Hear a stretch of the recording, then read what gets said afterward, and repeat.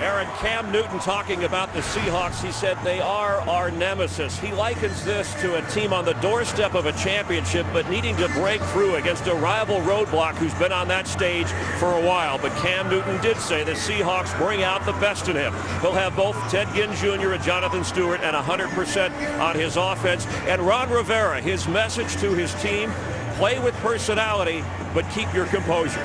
That's the story from the field. Let's head back upstairs and Joe Buck. All right, Chris, thank you. And that's the perfect lead into Mike Pereira, our rules expert. Play with composure, keep your cool. This has been a year filled with a lot of stuff after the whistle. We saw it in Cincinnati. What have these officials been told? What they've been told is to get involved early, to separate the teams, try to do it physically without flags if possible. And if there's a significant injury, keep all assistant coaches off the field. That was their instructions heading into the game. Off we go. Seattle won the toss. They deferred, so Carolina will get the football first. And that means we will see Cam Newton in this offense. Spanish language broadcast available on both Fox Deportes and by utilizing SAP on our broadcast. Joe Webb is waiting for the kickoff along with Cap. Cameron Artis-Payne, and Hauschka will get rid of it, and off we go. You can see him tiptoe as he made his way to the football with this footing here in Charlotte. Returned by Webb. He is knocked down close to the 25 by Kevin Pierre-Louis, who was a starter when these two teams met in week 6. And maybe this is why it wasn't so much Hauschka tiptoeing, it was that the ball was leaning and then about to fall before he kicked it off. Here's Cam Newton. 45 total touchdowns. How's that, Mr. Hall of Fame quarterback? 35 with his arm and 10 with his legs. Yeah, something I can't relate to. I mean, he's had an MVP season, no doubt. He's just taken his game to a different level at a time when this team, really needed him, and he responded big time all year.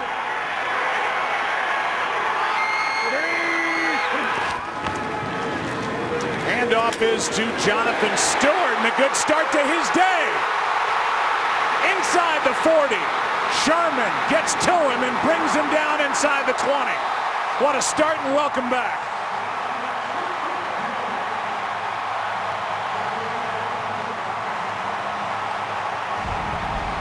You see right guard Trey Turner, and then Mike Tolbert also is going to get the linebacker in the hole, and it opens up a nice lane to start this game for Jonathan Stewart, who's missed the last 3 games. What a heck of a way to start this postseason for number 28. And there's no doubt he comes into this game, Troy, with fresh legs with that time off. What burst for a kid who grew up about an hour southwest of Seattle. And now Cameron Artis-Payne is in there, and he gets it on the second play. And the ball's out, recovered by Carolina and Tolbert. It's a fumble by Cameron Artis-Payne. A guy who didn't play when these two teams met in week 6 in Seattle. But there was Mike Tolbert to fall on top of it, and it turns into a 7-yard gain. And right there, it's Michael Bennett who forced it. Yeah, Michael Bennett, he comes in off of Orr trying to make the block, and he punches the ball out. And Michael Bennett is a disruptive figure in the middle of that defensive front. He knocks it out. Carolina fortunate there on the second play of the game to recover it. Stewart back in there. Newton keeps it left side, and he takes it down inside the 5. K.J. Wright, and a 1st and goal he sets up. What a start for Carolina. Pretty good. I know in visiting with Pete Carroll, he talked about the big difference between their offense and the one that Carolina runs, and that being the quarterback, and the way that they have designed quarterback runs for Cam Newton. That was a great example. They create a numbers advantage with the blocking scheme and having to account for the quarterback rushing the football.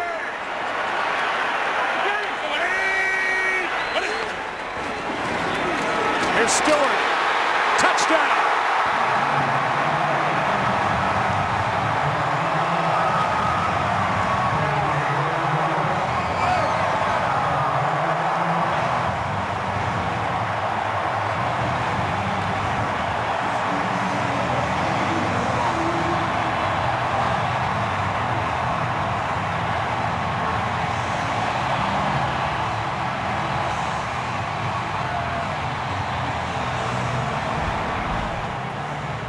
see Greg Olsen at the end. He makes a nice block as he collapses it.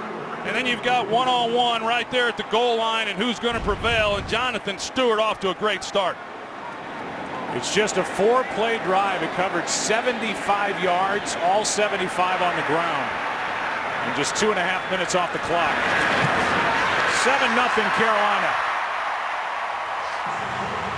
And that's the first time a running back has a rushing touchdown against Seattle since November of 2014. The big one by Stewart. Then he takes it in. Makes a young girl's day. Game is sponsored by Southwest. Transparency, low fares, nothing to hide.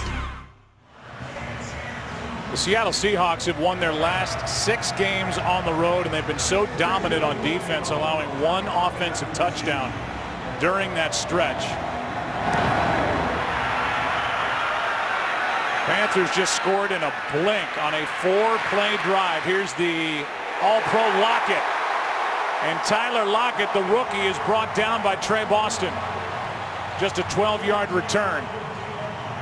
Here comes Russell Wilson after his defense just allowed the first rushing touchdown by a running back on the road since November of 2014 at Kansas City. It had been 12 road games since, and the fresh legs of Jonathan Stewart did the damage, including a 59-yarder, the longest run this year by Carolina, and the longest against Seattle all season long. And now we shift to number 3, and Russell Wilson, who's playing the position better than he ever has in the NFL.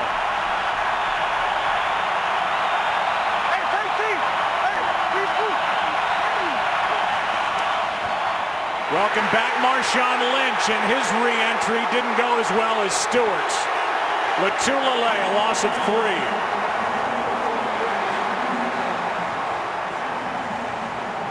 Well, you might want to block that guy. He's awfully good against the run. He's lined up on the nose right in the middle, and he just gets immediate penetration in the backfield. Marshawn Lynch, as you said, first time back in quite a while, has no place to go. Basically 2 months. Since mid-November, had abdominal surgery the 25th of November. Did not play last week. Wilson just got it away. There's Kuechly. Touchdown, Carolina.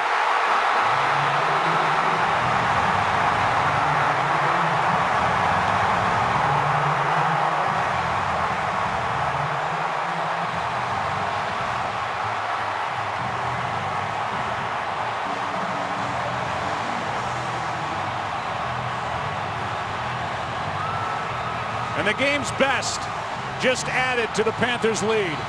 Well, their 2 big guys in the middle make the first 2 plays of the game. This time, K'Wan Short, he swims Justin Britt at left guard, forces the pressure, and an errant throw by Russell Wilson, and Luke Kuechly makes a habit of returning these interceptions for touchdowns. That's his 5th of the season. It's his 2nd touchdown.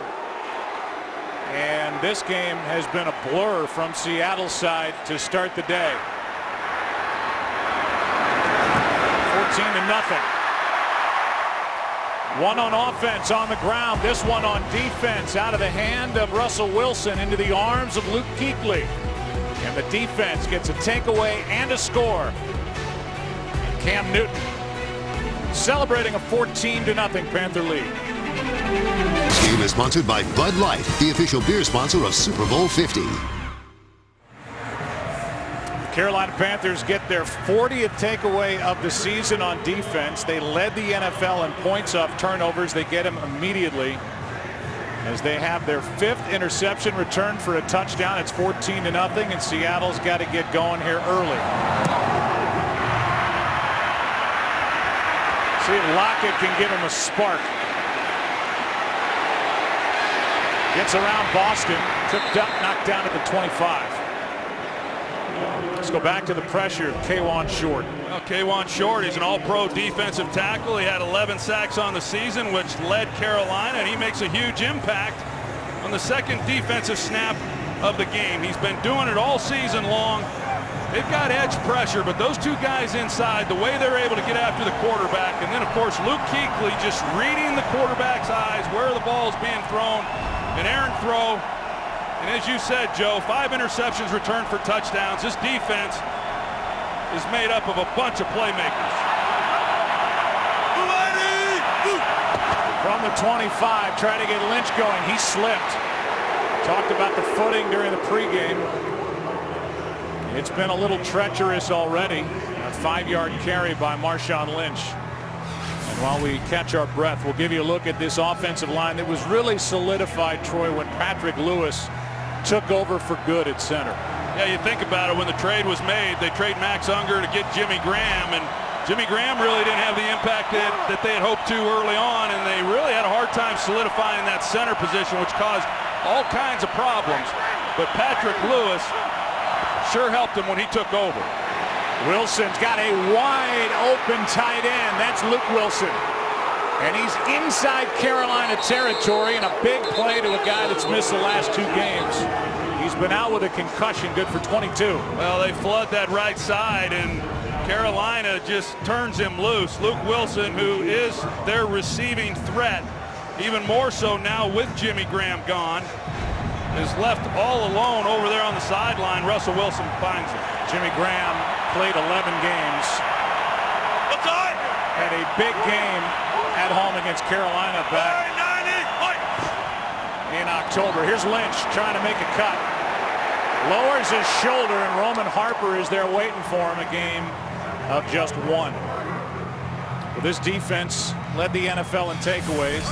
It led the NFL in interceptions.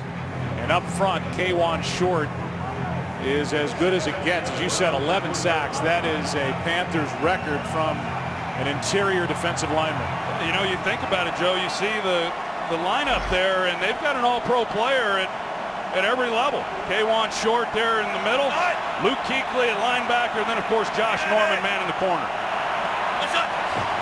2nd down and 9. Play action from Wilson. And he's going to go down in the arms of Short.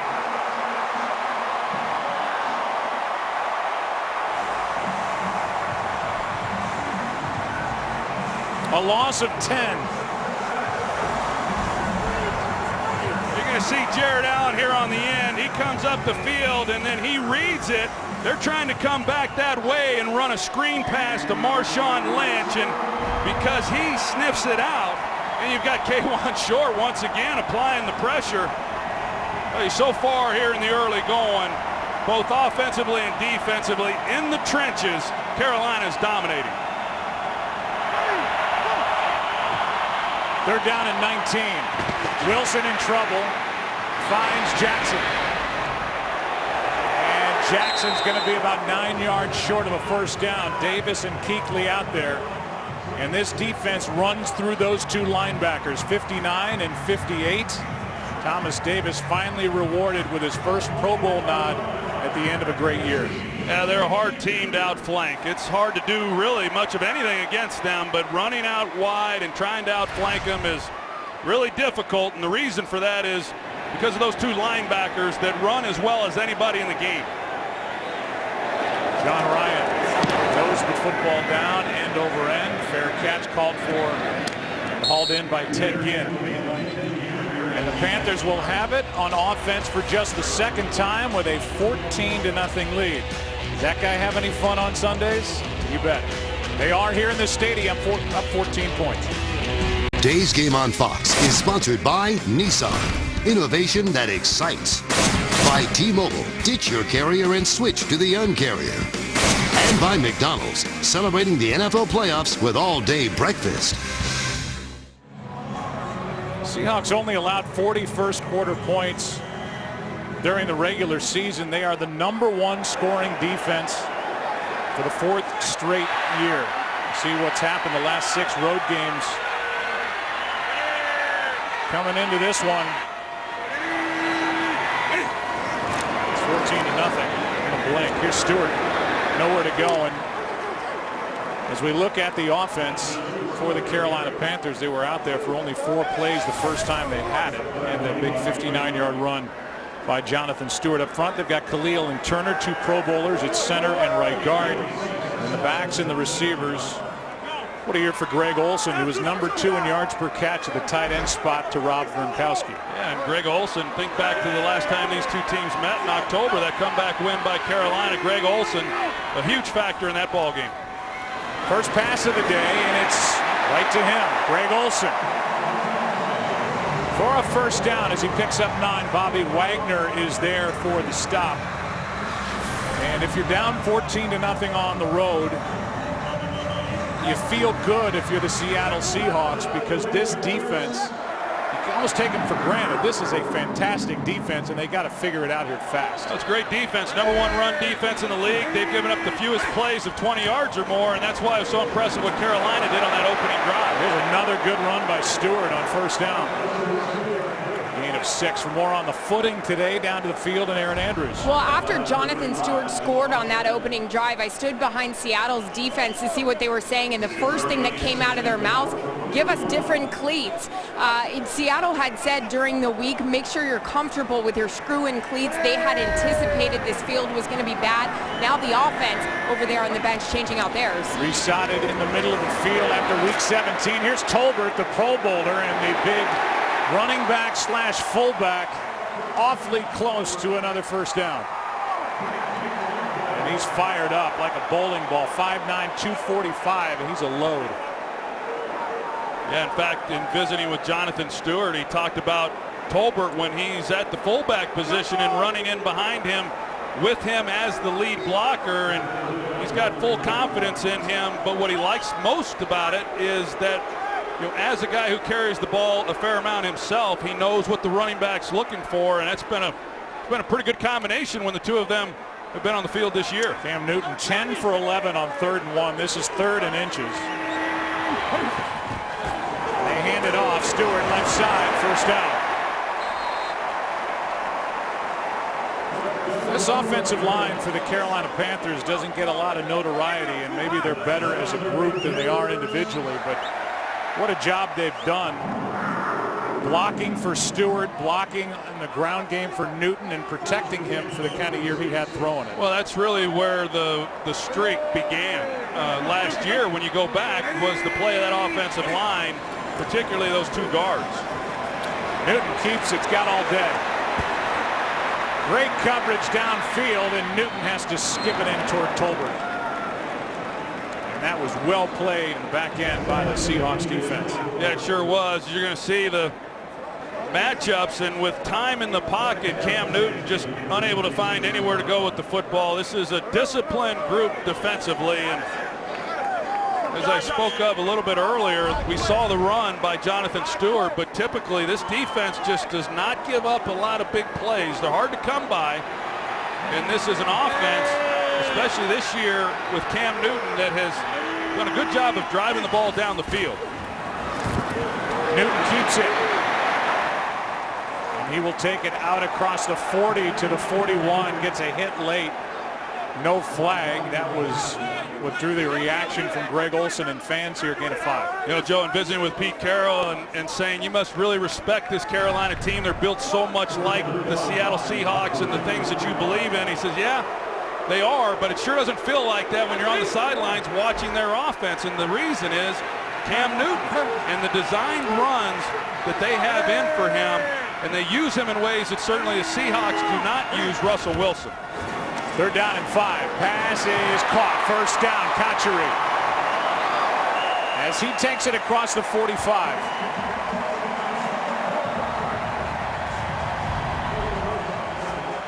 I'll tell you right now, Carolina, they've pretty much got it all going. Even Jericho Kachuri trying to come out of the route. The field being a huge factor.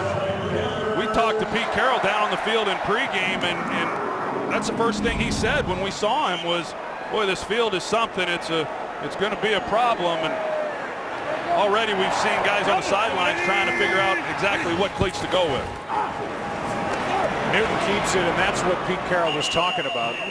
They're not scared to get Cam Newton hit. Let's go down to the field and Chris Myers. Joe, you mentioned after the regular season, new grass was laid down the middle of this field. The grounds crew told me the ground is soft, but in decent shape for this time of year. Now, offensive coordinator Mike Shula said if there is a home field advantage, it's because this field is similar to our practice field this time of year. But outside the numbers, that's where the grass is worn, and that's where the greatest area of slippage is. Here's Averill coming across, but he had the ability to get back, and the left tackle Michael Orr moved. This is going to be interesting. The flag didn't come in until Michael Orr came out of his stance. I think it's going to be on Carolina.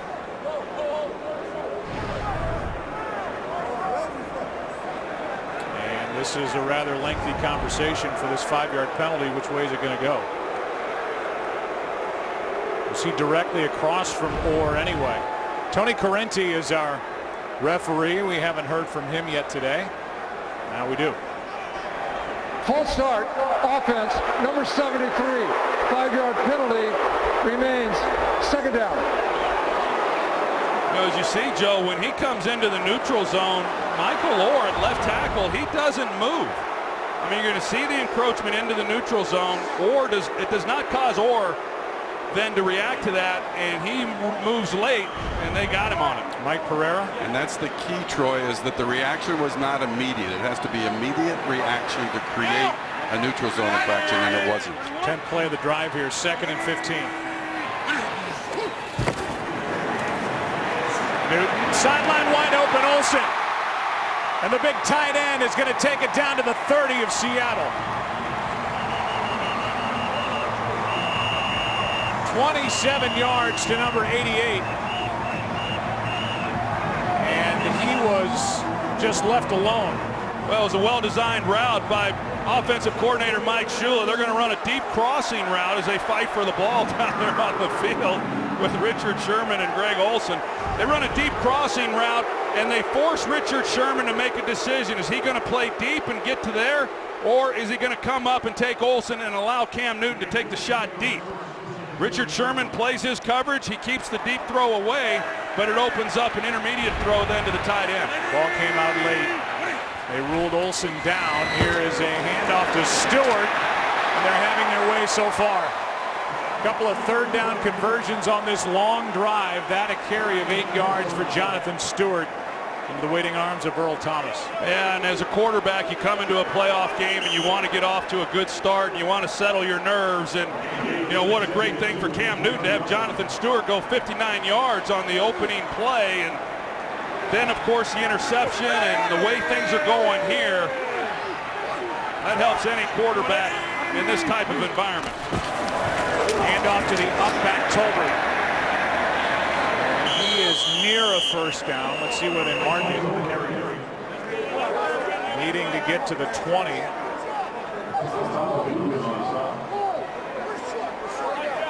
And it is 3rd down and inches again. Only time for Russell Wilson trailing by 14 points in the first quarter was at Washington in the NFC wildcard game. They won that game 24-14 in a game started by RG3. The Washington Redskins. Meanwhile, the Seahawks have not allowed a 100-yard rusher in 26 games, and Stewart's already up to 81 yards. How about that? You think back to the last time these two teams played, 4th quarter comeback win, and they've just picked up right where they left off in that game in October here in this first quarter. Timeout Carolina with the play clock winding down, 3rd and inches when we come back. 42 seconds left in the opening quarter. You see the difference in ball control. Yeah, I almost wouldn't be surprised if Mike Shula dials up some type of play action pass here on 3rd and short the way this game has started. 3rd down and inches. Good call. Wide open. Dixon, the tight end, down to the 5. 16 yards on 3rd down and inches. Yeah, it's just hard to defense the play action when you're overselling to stop the run, and Dixon comes off the ball, finds a nice hole there, and they hit him. And I think that they run that play probably in the back of Ron Rivera's mind. Oh, Riverboat Ron probably with an incompletion goes for it there on 4th down. What an opening quarter in this divisional round, in what is the budding rivalry between the Panthers and the Seahawks. A frustrated Seattle team, a happy group of Panther fans after one. 14-0 Carolina. You know what these eager kids are waiting for? They're waiting for a football down at that end of the stadium. It's first down and goal with the ball just inside the 5. Carolina already up 14-0 after 1. And this is a 13-play drive to this point. This will be number 14, and it started with over 8 minutes left on the clock. Here is Stewart. Stutter steps to the 1. Brought down by Bobby Wagner.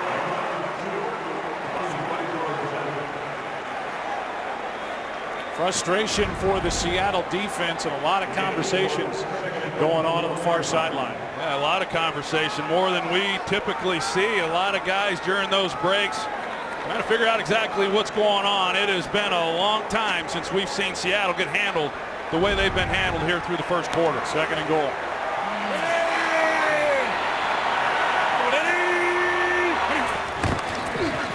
Stewart again, leaps, got it, touchdown.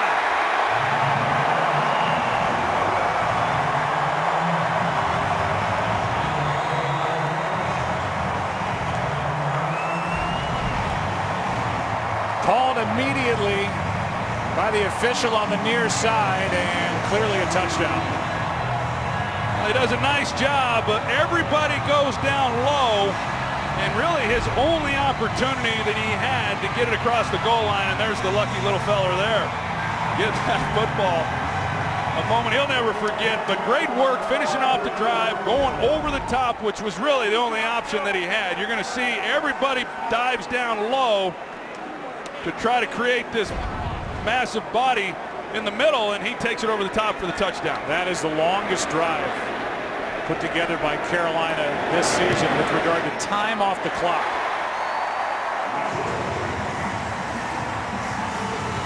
And that 15-play drive results in another touchdown. First it was a lucky girl.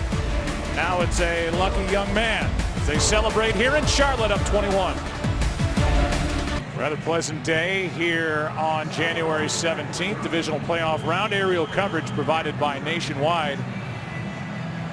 History's got to tell us all that this game is a long way from being over. Whether it's the history of these two teams going head-to-head, recent history with this playoff season, and all the thrilling moments we've already seen, including last night. Green Bay at Arizona. What a game that was. Arizona moving on. Who plays them? We know this tonight after the Steelers-Broncos game. The UFC Bantamweight Championship is live on FS1. Champion TJ Dillashaw, former champ Dominic Cruz. Biggest UFC fight ever on free TV tonight after the AFC playoffs. Only on FS1. Jonathan Stewart has 2 rushing touchdowns in this game. The Carolina defense and Luke Kuechly has the other.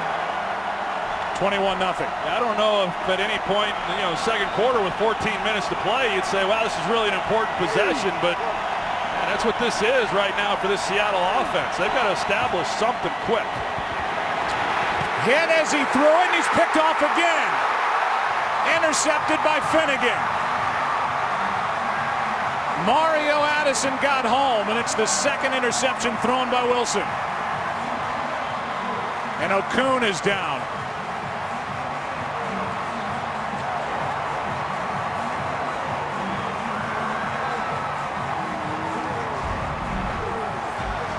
Well, Mario Addison comes off the edge. He's right around Russell Okun. He's the one who applies the pressure and forces another errant throw that results in an interception. Take a break. Today's game is sponsored by Universal Pictures' Hail Caesar, in theaters February 5th. By Nationwide. Nationwide is on your side. And by Burger King. Get 5 delicious items for $4 only at Burger King. 7th career multi-interception game for Russell Wilson. Russell Okun is on the bench. He was grabbing his left arm when he went down. Addison got around him, applied the pressure, hit Russell Wilson as he let it go, and there was Cortland Finnegan in his 6th game since being picked up as a free agent when the Carolina Panthers lost Bené Benwickery to a broken leg against Atlanta in the middle of December.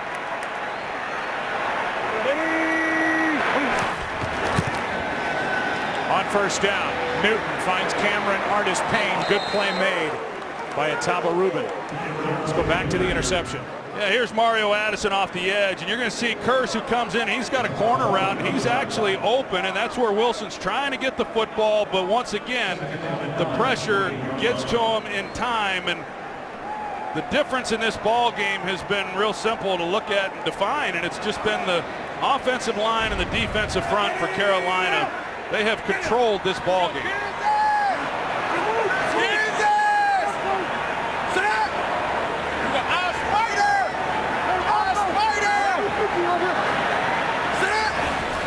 Seattle's defense looking to make a play. It's Cam Newton on the run and a good play up front. That's Bennett. And Bennett drags down Cam Newton, a loss of 2.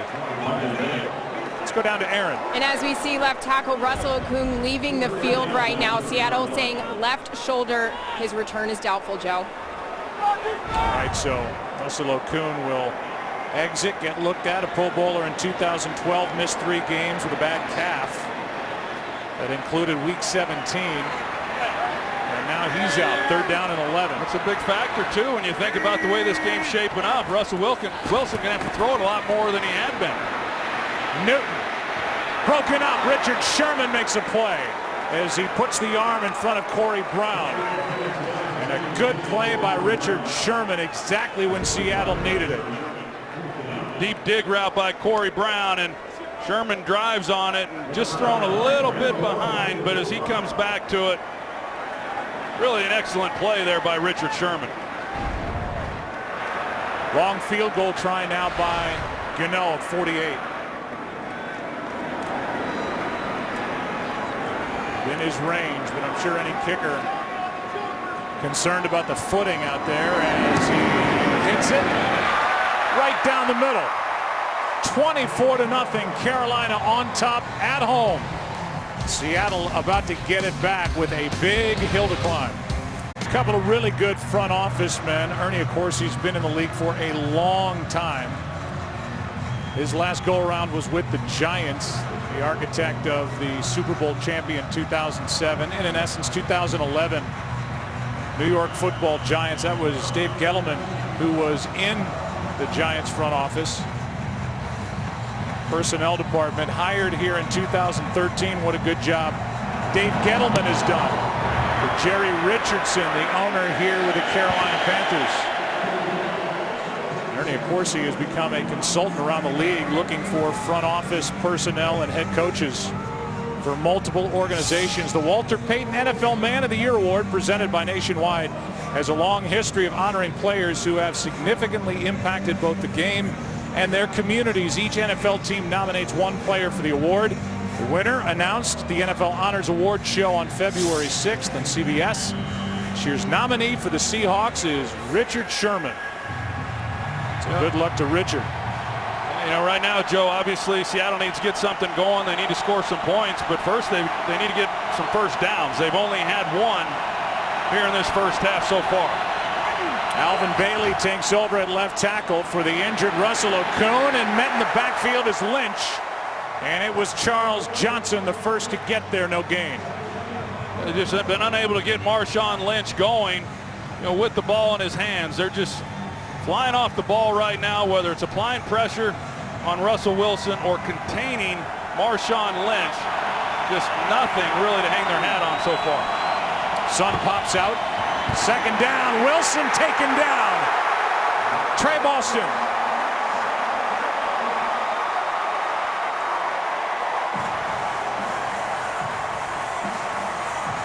Loss of 8 on the sack by Boston. Didn't have one all year. Yeah, Trey Boston comes from deep in the secondary, and Russell Wilson just simply doesn't see it. They don't have enough people to pick him up. There's coverage down the field, trying to get the ball to Baldwin, and by the time he's going to try to do something with it, Boston is there making a play in the backfield. Sean McDermott, the defensive coordinator, no stranger to the blitz. Brought one there, and now a timeout taken by Seattle. Their first before 3rd and 18. And Russell Wilson with the play clock winding down, is going to come over and talk about this 3rd down and 18 as we will welcome you inside the broadcast booth. I'm Joe Buck. This is the Hall of Famer Troy Aikman. I didn't see this coming in any way, shape, or form. Well, no, I don't think anybody did. Seattle certainly didn't. I know that. It was a confident, loose group. Pre-game warm-ups and coming into the game and how everybody felt. And, you know, when you play against Seattle, you never expect to be able to dominate the way that Carolina has in this ballgame. Everything going in their direction, and Seattle just unable to establish anything on the offensive side of the ball. Here's a day for Russell Wilson. Meanwhile, the defense has had a tough time. The last time Seattle allowed 24 or more first-half points was in 2011. The #1 scoring defense in the NFL, 4th year straight. 3rd down and 18 here for Russell Wilson. Pass is incomplete for Curse. And it looked like he slipped at the top of his route. Yeah, he does. And as a quarterback, when you see that, knowing the way this game has gone, you've already thrown 2 interceptions, you're ready to cut it loose, and you see your receiver slip, it's hard to trust that he's going to be able to keep his feet coming back out of it and give him a ball that he can catch. So the field clearly having an impact on the play of this game. Ginn waits for it. 2nd punt of the day for John Ryan.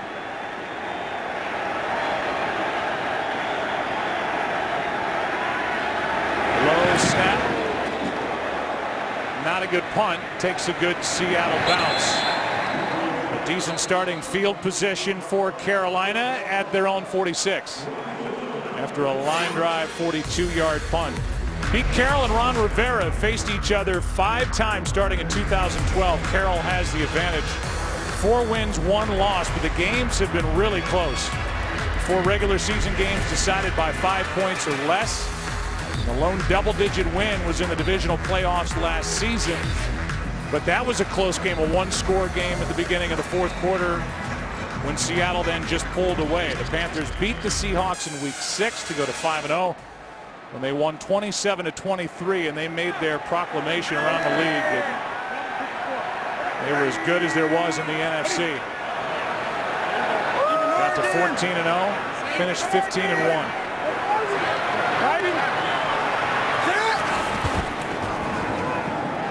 And up to Stewart, and well played.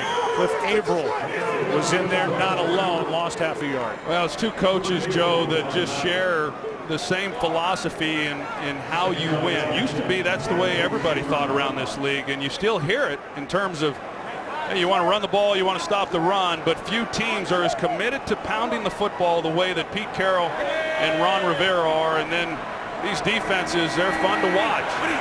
Especially this Carolina one this afternoon.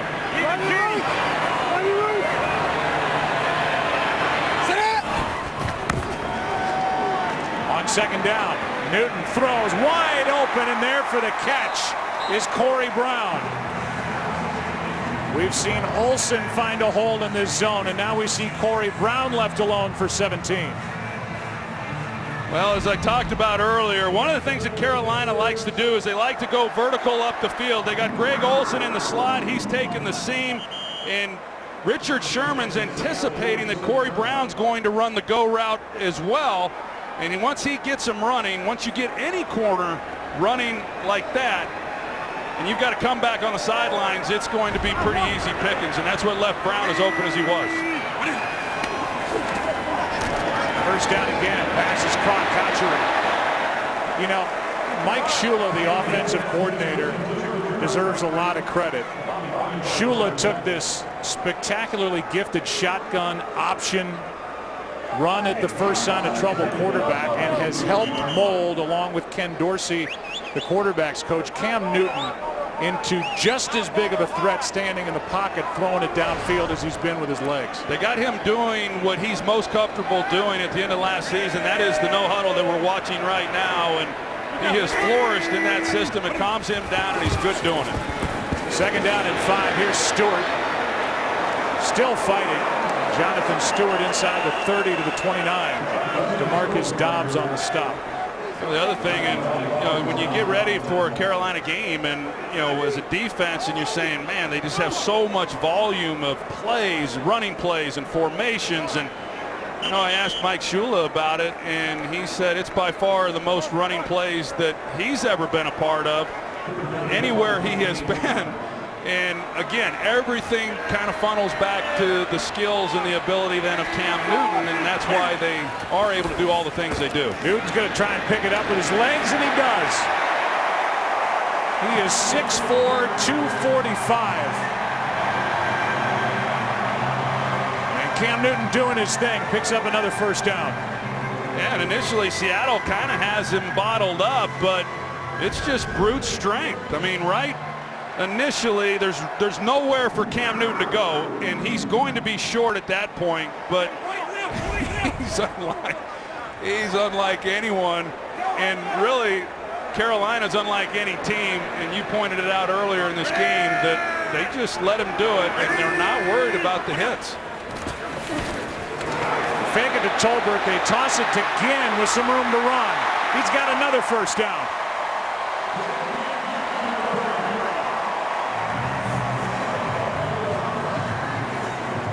And Mike Shula, when we talked to Ron Rivera a few weeks ago, he said when Shula was the offensive coordinator and calling these plays, gets on a roll, there's silence on the headsets, and he dials it up. Cam Newton takes care of the rest. I think right now Mike Shula could call plays with his eyes closed and just point to something on his play chart, and it's going to work. So far, it's had that feel.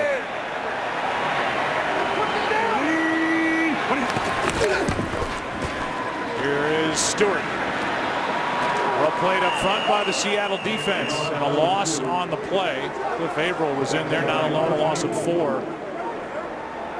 For the Panthers, this is what they do. While Seattle doesn't allow the 100-yard rusher, and Stewart is knocking on the door of that already, this is the 28th straight game with 100 or more yards rushing, and that's something that's not lost on Ron Rivera. He mentioned that in our meeting with him on Friday.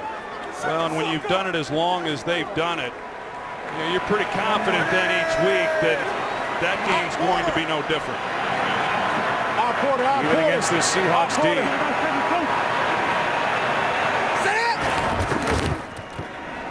Newton keeps it, batted down. Chancellor got it.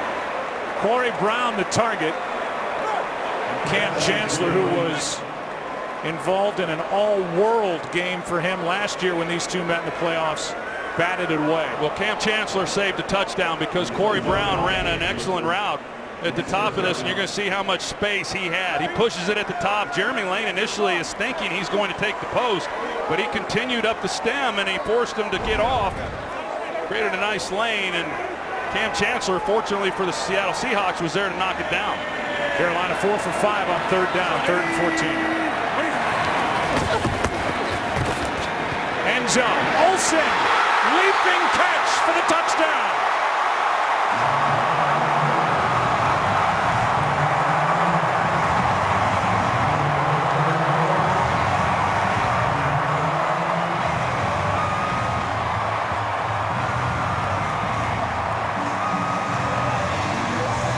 You think Cam Newton hasn't changed his game? How about that throw to Greg Olsen? He put it the only place you can give a receiver an opportunity to make a catch, but then you have to make the play, and Greg Olsen on the scene. I mean, that's good coverage right there, and the ball is just put in a perfect place, and Jeremy Lane just, one, not able to locate the ball, but it really didn't matter.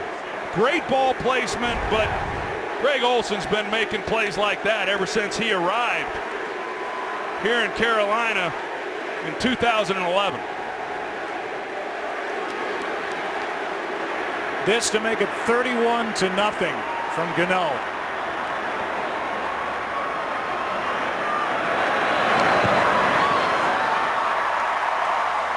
How about Cam Newton and the Carolina Panthers? There's Greg Olsen, his top target. What a catch, what a throw.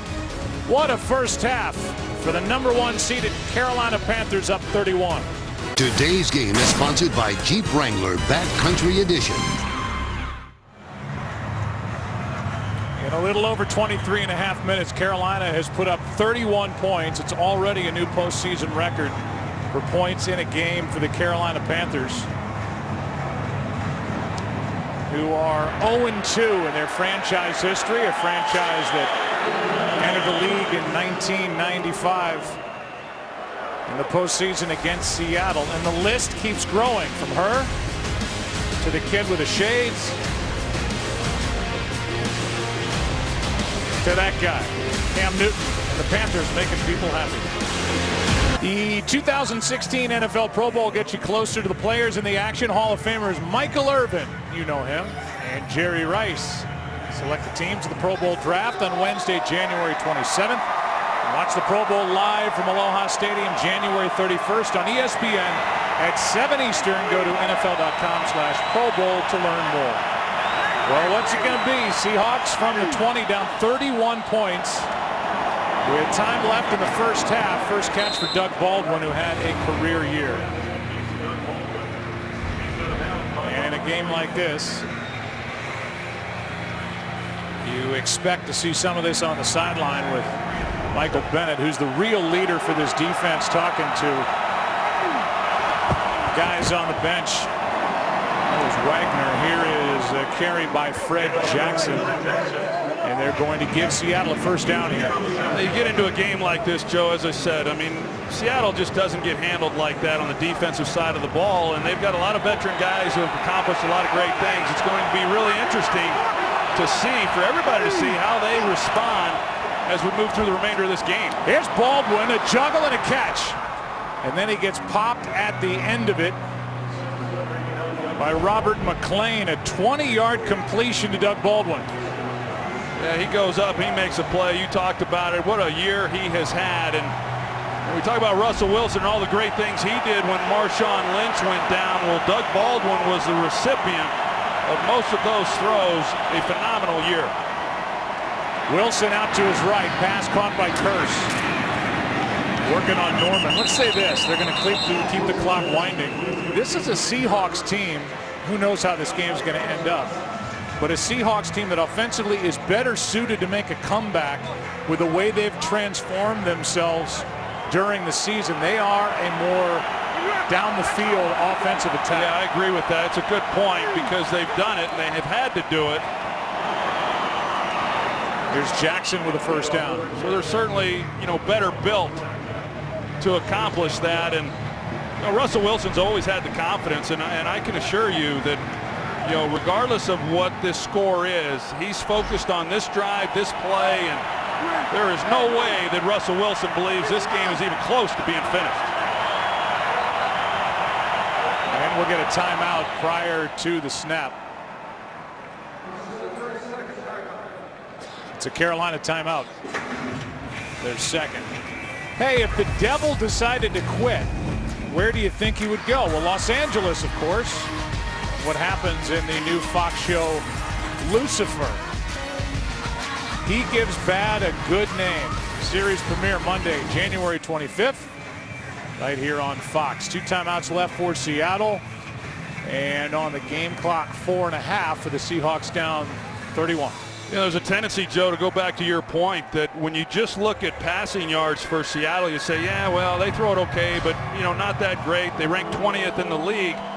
But that's just because they don't throw the ball that much. And Darrell Bevell does a good job of taking advantage of the skills. And when you look at it a little differently, yards per pass, they're 4th best in the NFL. So when they do throw it, they're effective doing it. Now they just got to do it against one of the best defenses in all of football.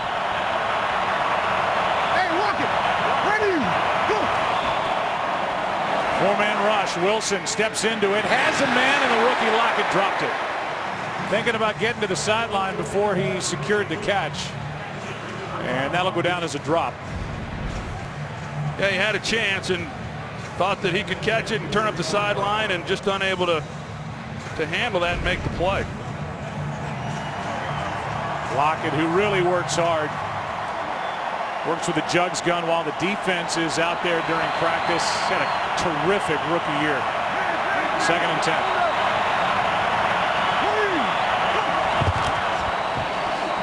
Taking it right up the gut is Wilson. And Russell Wilson is going to slide.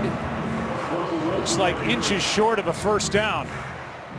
And it is less than a yard away, third down. I think Russell might have lost track of exactly where he was on the field. He could have picked that up and slid and thought that he had gotten it.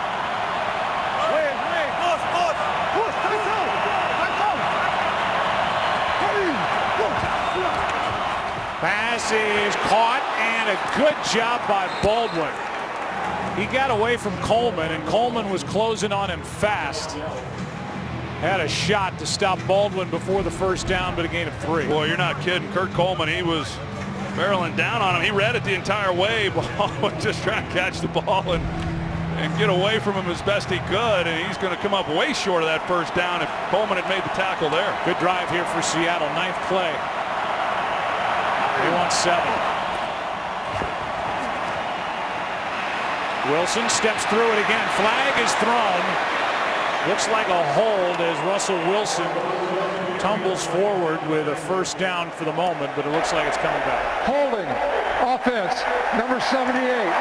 10-yard penalty, repeat, first down. It's Alvin Bailey who is taking over at left tackle. Yeah, he's holding Jared Allen right there is the call that got him. They're trying to take a shot up the field on a double move and get a quick score, and good coverage on the other end forces Russell Wilson to run. But yeah, Alvin Bailey, as we move into this second half and the Seattle Seahawks then having to work against the clock, they may end up having to give a little help over there to Bailey. He made 3 starts during the year at left tackle. Okun out with an injured left shoulder, 1st and 20. Quick throw, pass, skips in incomplete to Fred Jackson. Clock stops with 2:59 in the half.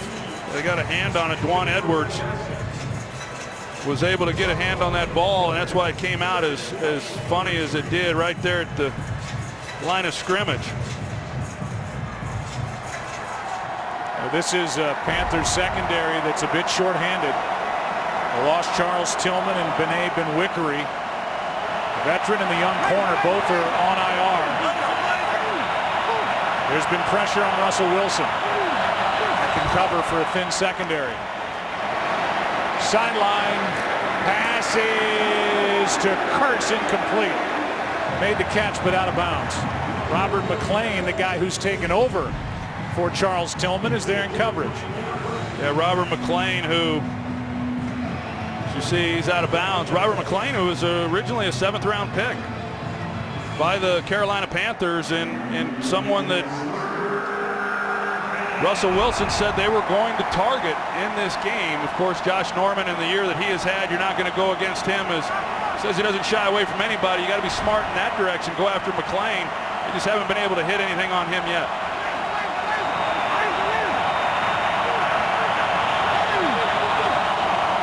Third down and 20. Wilson finds a man, pass is caught inbounds. The answer is yes. And it's Lockett, who shows good footwork on the sideline, but short of a first down. And it looks like Pete Carroll's going to go for it on 4th down as we get another look. This is an interesting move. Of course, you say, well, you're down 31 points, but those first few points are hard to get. And you know, sometimes once you at least get some kind of points on the board, you can roll. I mean, there's still an entire second half to play. They're fighting an uphill battle. This would be a huge victory for this Carolina defense if down in here they don't give up anything. Timeout taken by Russell Wilson. Been a rough day for Russell Wilson. He has been sacked a couple of times. He's been hit plenty. He's thrown 2 interceptions. One to Luke Kuechly, the other to Cortland Finnegan. He's had guys in his face since this thing kicked off. Yeah, I think right from the beginning we saw Starlo Tulele. He's able to make a big play there on the first snap, and then K'Wan Short, he forces the errant throw by Russell Wilson. It's 14-0 right away. Trey Turner offensively at the right guard spot. He's made some nice blocks, but just dominating in the trenches has been the difference in this ball game and the way that it's unfolded. In case you're wondering about the catch by Lockett along the sideline, Mike Pereira is in the booth down to our right. He says the catch was good. Lockett got both feet down as he headed out of bounds. So it is 4th and 5. Seattle 1 timeout left. 2:22 in the half.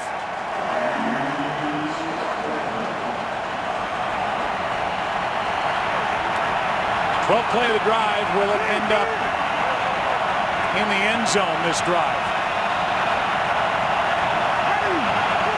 Blitz. Pass is caught. Baldwin, and he's going to be stopped short. What a tackle by the vet, Roman Harper.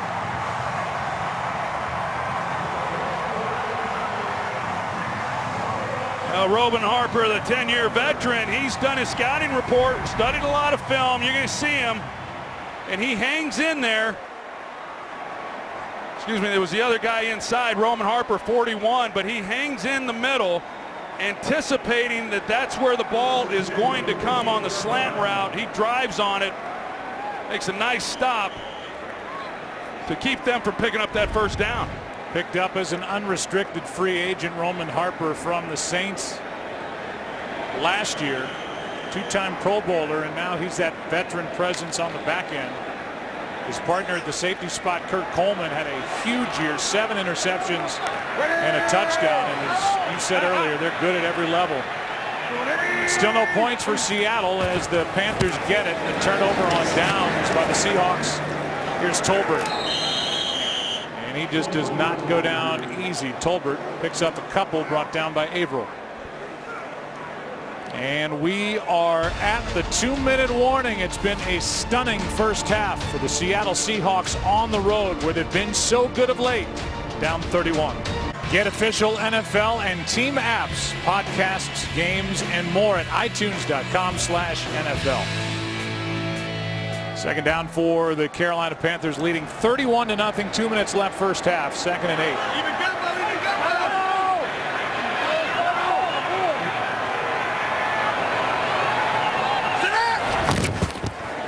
Here's Tolbert again.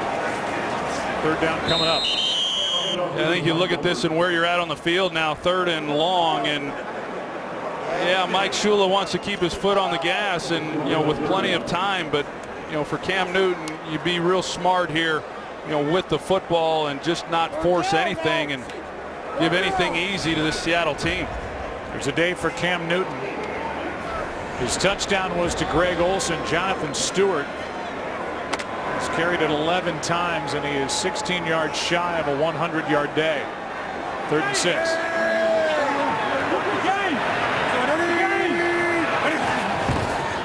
High snap, Tolbert again. And it's going to be a defensive stop for Seattle during the 2-minute warning, as Seattle will take their final timeout. Cliff Averill checked out with an injury. Here's what's coming up at halftime. Kurt, all yours. Well, Joe, I know it was a big deal this week when it was announced that the Rams were coming out here, but Fox NFL Sunday's been here all along. It's where we do the Visa halftime report, and today we'll talk about the first half of your game. The Cardinals advance to the NFC Championship game. And we'll be joined by the coach of the Arizona Cardinals, Bruce Arians. It's all coming up live from Los Angeles on the Visa halftime show. I was a little surprised, Joe, there on 3rd down that Carolina had elected to throw it. They might run a screen pass or something safe and give yourself a little better opportunity to pick up that first down. But now we'll see whether or not Seattle is able to take advantage of this. They should have decent field position with still plenty of time to try to do something here before the end of this first half. Give themselves some kind of confidence and momentum heading in. First punt of the day for Brad Nortman. Lockett with a fair catch, called for just inside the 35. And we'll take a break. When we come back, we will see if Russell Wilson and company can get on the board before the half, down 31. NASCAR champion Kevin Harvick is in the stadium here. And then some guys who are not NASCAR champions in the studio back there. Yeah, I think if I remember correctly, I saw Jimmy doing an ad for something one time in a NASCAR uniform. Yeah. I don't remember what that was exactly, but anyway. Should we move back to the game now? With 1:05 left in the half. Michael Jordan's in the house too. He has developed a good relationship with Cam Newton. We'll get into what Cam said about his and their rivalry with the Seahawks, comparing it to Jordan in the early years against Isaiah Thomas and the Detroit Pistons. Today it's been all Carolina on first down. Handoff to Lynch.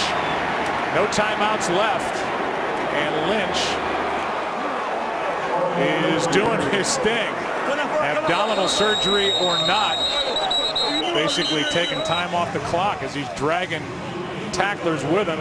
Name the tackler, probably in on it, a gain of 9. Yeah, I think Carolina would say, okay, that's all right. You want to run the ball, and we'll let you see if you can drag us down. We'll just run some time off the clock in the meantime. Yeah, there's now only 33 seconds left in the half, no timeouts. And now a throw to the middle of the field. It's Luke Wilson, but the Seahawks are going to have a tough time getting 2 more plays away. Yeah, this has not been handled well at all. As much time has come off the clock running the ball. I don't know why you do that, but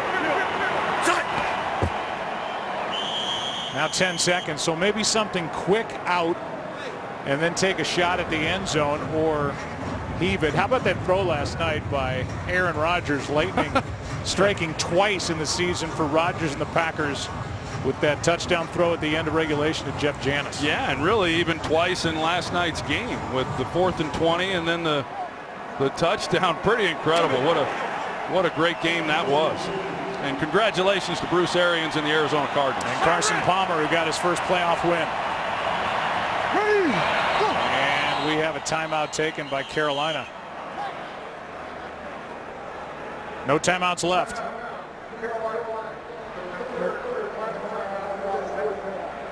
Is what's coming up on the halftime, Visa halftime. Bruce Arians will visit with the guys live. The number 2 seed, the Arizona Cardinals, in the NFC playoff picture. They've advanced. The number 2 seed in the AFC playoff picture, the Patriots have advanced. And Ron Rivera, 3 straight division championships. Just a symbol of integrity on the sideline as far as I'm concerned for the Carolina Panthers.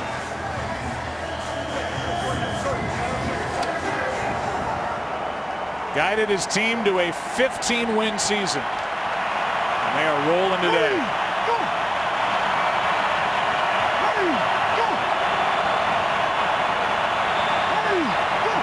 Seven guys back deep for Carolina.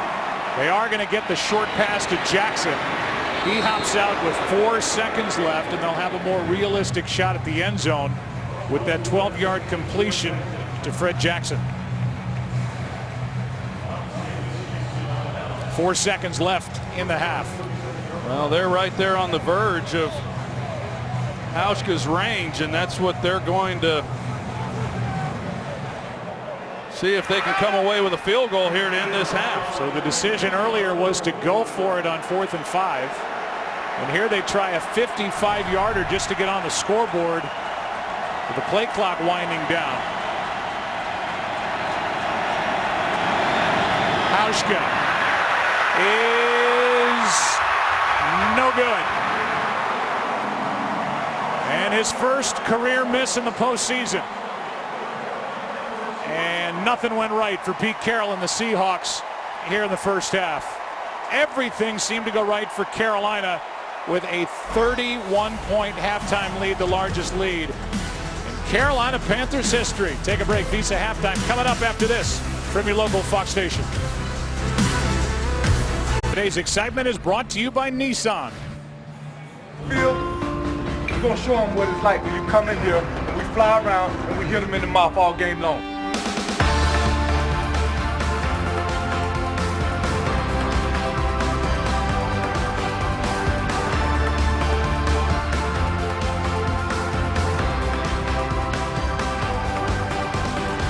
That was today's excitement brought to you by Nissan. The excitement has been lopsided, 31-0 at the half.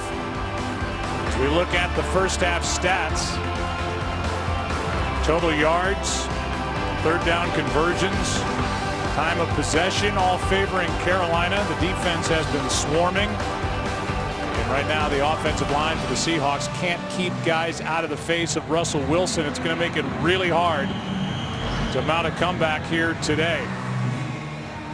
Largest Seattle comeback win all time, just so you know, is 21 points down back in 2013 against Tampa Bay. This Carolina team and defense, not the 2013 Buccaneers.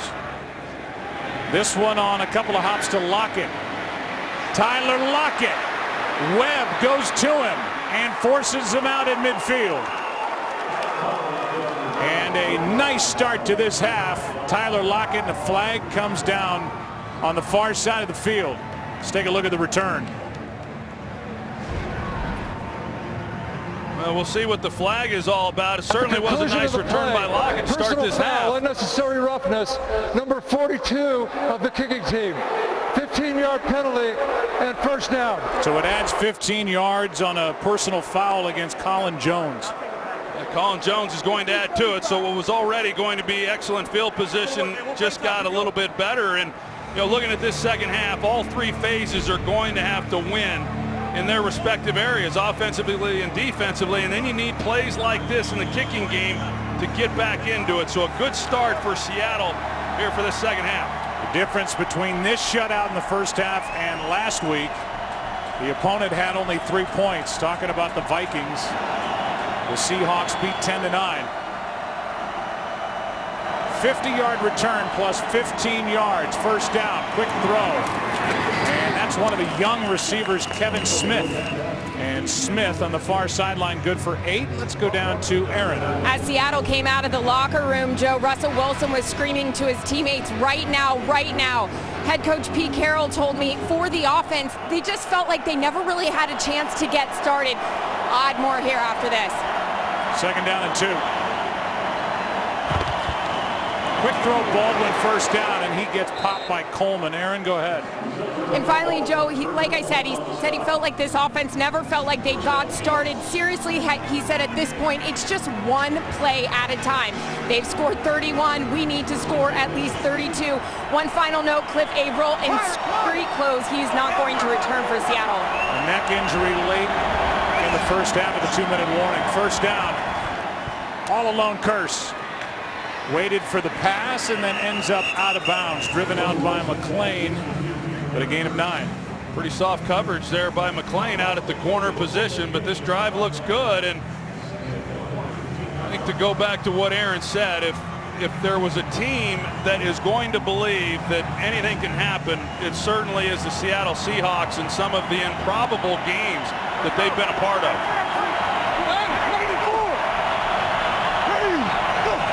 Trying to get on the board. End zone, Curse. Touchdown. And in less than a minute and a half off the clock here in the second half, the Seahawks are in the end zone and on the board. It was interesting. I want to take a look at this. It looked like at the top of the route there might have been some contact by Curse on McLean that bodied him up just a little bit. Nope, just the way that McLean reacted anyway, it looked like he might have been pushed just a little bit. He just lost his footing, lost track of the ball. It's a great job to come out to start this second half and come away with a touchdown. And I think that's why even to end that first half, not coming away with any kind of points whatsoever with a field goal, especially when they were down in there when they went for it on fourth down, certainly hurt. 50-yard kickoff return plus the penalty on Colin Jones. They are making sure it was a clean score. Looked like it. And Jermaine Kearse, who did not have a catch against Carolina in week 6 in Seattle, had a big 63-yarder last year in the divisional playoff game against Carolina, is good from 13 yards away. And now the extra point coming from Hauschka.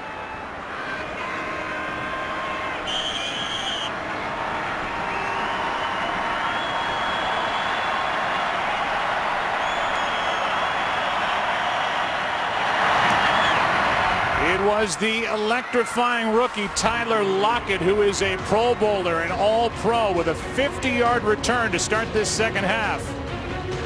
It led to this. Jermaine Kearse good from 13 yards away, and Russell Wilson and the Seahawks aren't finished yet. Today's game on Fox is sponsored by Southwest. Transparency, low fares, nothing to hide. By Chevrolet, find new roads. By Microsoft Surface, the official tablet of the NFL.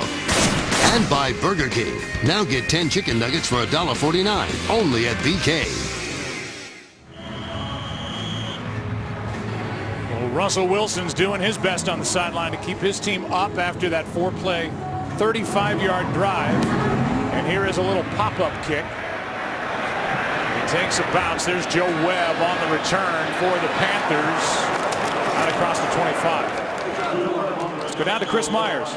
Joe, I asked Ron Rivera at the half if he was surprised to be up so big against the defending NFC champs. He said, well, it's not as easy as it looks. We made some big plays, but we know what they're capable of, and we just saw it. He said he's not going to go conservative. He said we want to add to our lead, not protect it. And he told his team, he referenced the game against the Giants this year when they had a 28-point lead, and the Giants caught up before they had to rally to win that. He reminded his team about that before hitting the field here in the second half. Chris, thanks. It was 35-7 Carolina at the Giants with 5 minutes left in the third quarter, and the Giants scored 4 straight touchdowns to tie the game with 1:46 left. Beckham Jr. with a game-tying touchdown after all those battles with Josh Norman that got him suspended the next game. On first down, Newton is incomplete. Looked like he had Greg Olsen closer to him, but he aired it out for Ginn. 2nd and 10. It's a long way to throw the ball when you're on the move like that. He did have him, there for a little bit, but Seattle can react so quickly to it. A little bit of a dangerous throw there by Cam Newton, but from Seattle's perspective to start this second half, they get the big return by Lockett. The offense does their part. Now the defense, they're going to have to do theirs and start making some key stops. 2nd down and 10.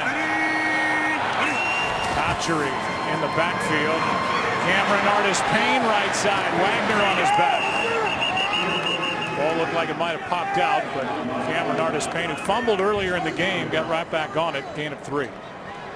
You look at what Carolina was able to do rushing the football. The numbers obviously are pretty impressive, but after the defense gave up that 59-yard run to Jonathan Stewart to start this game, Stewart has not really gotten much going, so they've at least tightened up on him since that first run.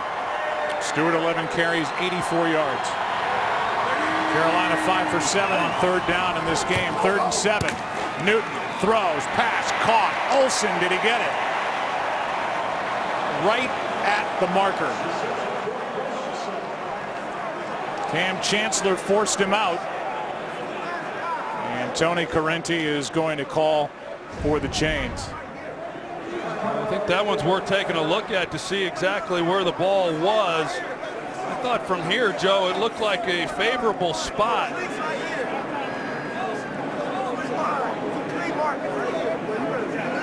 Mike Pereira down to our right is mouthing to me, it looks okay. Well, I'll tell you, it's the tough spot to get because you've got to get exactly where the ball crosses the sideline from an official who's trailing the play. But it looks to me like it's not a spot that could be overturned no matter what this decision shows. They got it. First down, Carolina. As you look at Tony Correnti, if our friend and the NFL's friend Chris Mortensen needs any inspiration, announcing this week that he is dealing with stage 4 throat cancer, there is a stage 4 throat cancer survivor right there in Tony Correnti. Well, our thoughts and prayers are certainly with Chris Mortensen as he takes on this battle, and look forward to his return.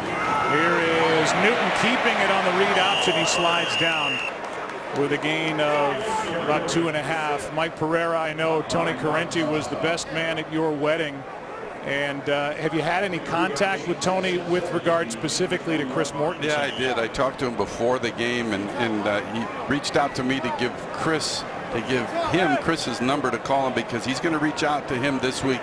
There's no better person than talk to Chris than a survivor of the same thing. And Tony's stories, it's great. It can be beaten. He proved it.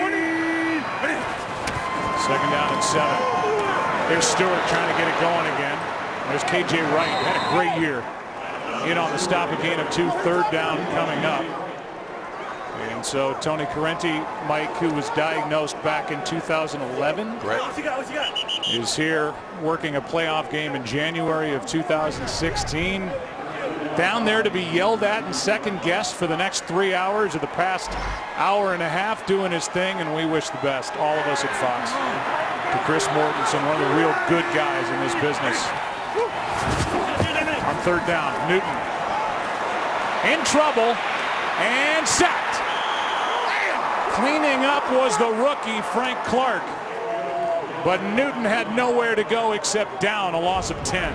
Coverage sack the entire way. Plenty of time for Cam Newton to find somebody down the field. Initially, he thought he might be able to get a shot down to Ted Ginn Jr. and then underneath to Olsen, but nothing there, and then Clark is able to make a play. So defensively, they had a tough time getting off the field on third down, and they're able to make a key stop, give the ball back to their offense, and those are the things that are going to have to continue for this Seattle team. Pete Carroll really believes his Seahawks have an advantage in this part of the game. It's hung high. It's Lockett, the rookie, on the return and sliding down across the 35. Seahawks scored the last time they had a good play by the rookie Clark. Seattle with the ball, down 24. Troy Aikman's going to talk you through this graphic. Figure that out. Today, the divisional playoff between the Pittsburgh Steelers and the #1 seeded Denver Broncos. That's coming up at 4:40 Eastern later this afternoon. Then next Sunday, we know the Patriots are in. We know the Cardinals are in. AFC Championship game will be first up. Then the NFC Championship game. The winner of this one will take on Arizona next Sunday night. First down and 10 for the Seahawks. Little pump fake. Has a man, but overshoots Doug Baldwin. And that could have been a quick strike on the first play. But Wilson, incensed, put too much air under it. Yeah, he had him too. You're going to see the safety drives on this on the double move. We saw it earlier on that third down where they give the same type of look. Coleman jumps it. There's nobody there. I mean, if you even have to make him slow up to catch it, he's going to score a touchdown. Wilson jogged about 15 yards back toward his own end zone. Here's a dangerous throw to Kristen Michael out there on the field for the first time. McLean broke it up. But on that first play, Wilson might take him a minute to shake that opportunity to Doug Baldwin. Well, those are the hardest ones to complete oftentimes when you've got a guy so open. And you know what we have seen, though, Joe, here in this second half that we thought we were going to see much earlier is Russell Wilson going after Robert McLean. They opened up this second half, a couple throws his way, and then they get the touchdown to Curse on him, and they're doing the same, or at least trying to, here on this drive. It's another third and long, 3rd and 10. 1 for 4 on third down in the game. Wilson slides through, and he will pick it up with his legs. Ducks a hit from Coleman. First down, Seattle, and they finally convert on 3rd and long. Well, this is the one area that Ron Rivera and really everybody you talk to on the defensive side of the ball has said, hey, we've got to contain Russell Wilson. That was the #1 objective, and now faced with a 3rd and long, and he's able to pick it up with his feet. 14 yards on 3rd and 10.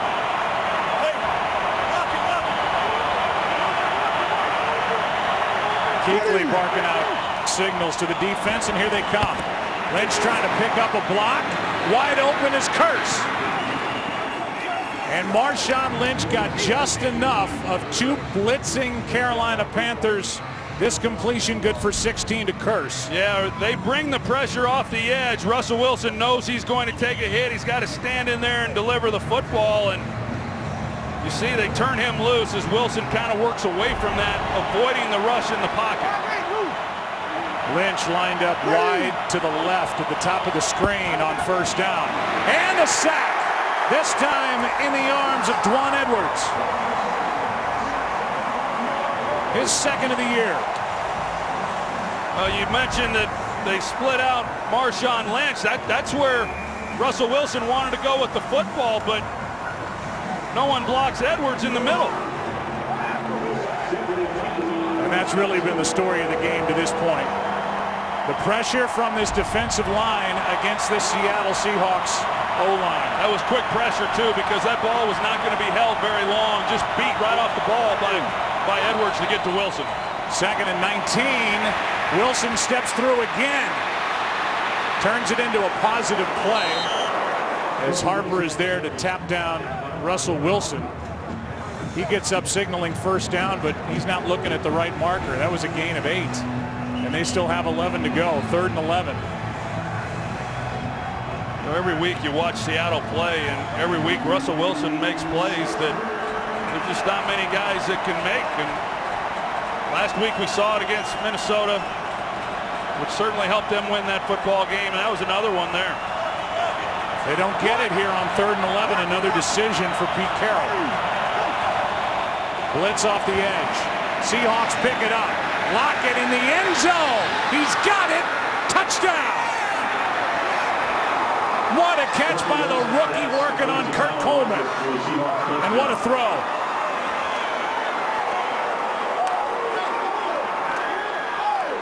And we'll take a look and make sure that Tyler Lockett did secure the catch. The knee is down, and then he's out. That's a touchdown. Well, they had the right call, Joe, at just the right time. You're going to say, why is Kurt Coleman on Tyler Lockett? Well, Carolina dials up the blitz. They bring Josh Norman off the edge. Coleman comes over the top. He's one-on-one on a speed demon up the sideline, and Russell Wilson delivers a perfect ball. 2 3rd and long conversions on that drive. And here is an extra point that just sneaks in. But the 33-yarder, boy, did they get a lot when they drafted Lockett. 3rd round out of K-State, a big one. More noise from the Seahawks. Today's game is sponsored by Verizon. Join a better network because better matters. What's your man Lee Corso say? Not so fast. Not so fast, my friend. Seattle climbs right back in it here. This one is hooked. Will it stay in bounds? It will. This is Webb. And that was really well placed by Hauschka. Coleman is there on the stop here. Lewis as well, and just an 8-yard return back to the touchdown. There's Josh Norman coming off the corner, and you got Kurt Coleman who has to then cover Lockett, and he's not anticipating a deep throw. He's expecting, because of the blitz, that there's going to be a quick throw coming out from Russell Wilson, but they have it blocked up. Christian Michael was there, and you see it's just a mismatch. A perfect call at the right time against that defense, and Tyler Lockett finishes it off. We talked about this a couple of weeks ago, that the Seahawks have been blown away with what Tyler Lockett has given them as a receiver. They knew he would eventually be a weapon out there, but it came fast. Much more than just a kick returner. High snap, handoff to Cameron Artis-Payne. This is a Carolina team that's without Fozzie Whitaker, the top backup to Jonathan Stewart. Inactive for this game with a high ankle sprain. A gain of 2, 2nd and 8. Right now, Carolina, they're trying to get a little something going, and right now all the momentum over there on that Seattle sidelines, and they have played well. And even to start this with the kickoff, as you said, well placed, started them off inside the 20-yard line. There's Bennett. You know, he wants to make his presence felt. Quick throw, Funchess, and a nice catch for a first down. He hangs on after a hit from KJ Wright. The rookie has been coming on down the stretch for Carolina. Yeah, he really has. In fact, that Week 17 game had his first 100-yard receiving day, and someone that they've had to rely on this year, probably a little bit more than they expected, obviously, with the loss of Kelvin Benjamin back in the preseason. He went down in August. Benjamin had a 1,000-yard season on 73 catches last year as a rookie. Here's Stewart. Had 9 touchdowns. As Bobby Wagner makes the tackle for Seattle. You can watch every NFL playoff game live on your phone with NFL Mobile. And it was Cam Newton who talked about being a leader when he lost his top weapon in Kelvin Benjamin. He knew guys were going to be watching him, how he reacted during camp. There's Kelvin Benjamin, what a future he has. He tries to come back from the knee injury. Newton hasn't looked back. He's made the players around him better. Quick throw, Cotchery, and he's on the list of players who have been made better by Cam Newton. And a guy who's got over 7,000 receiving yards in his career, good for 10.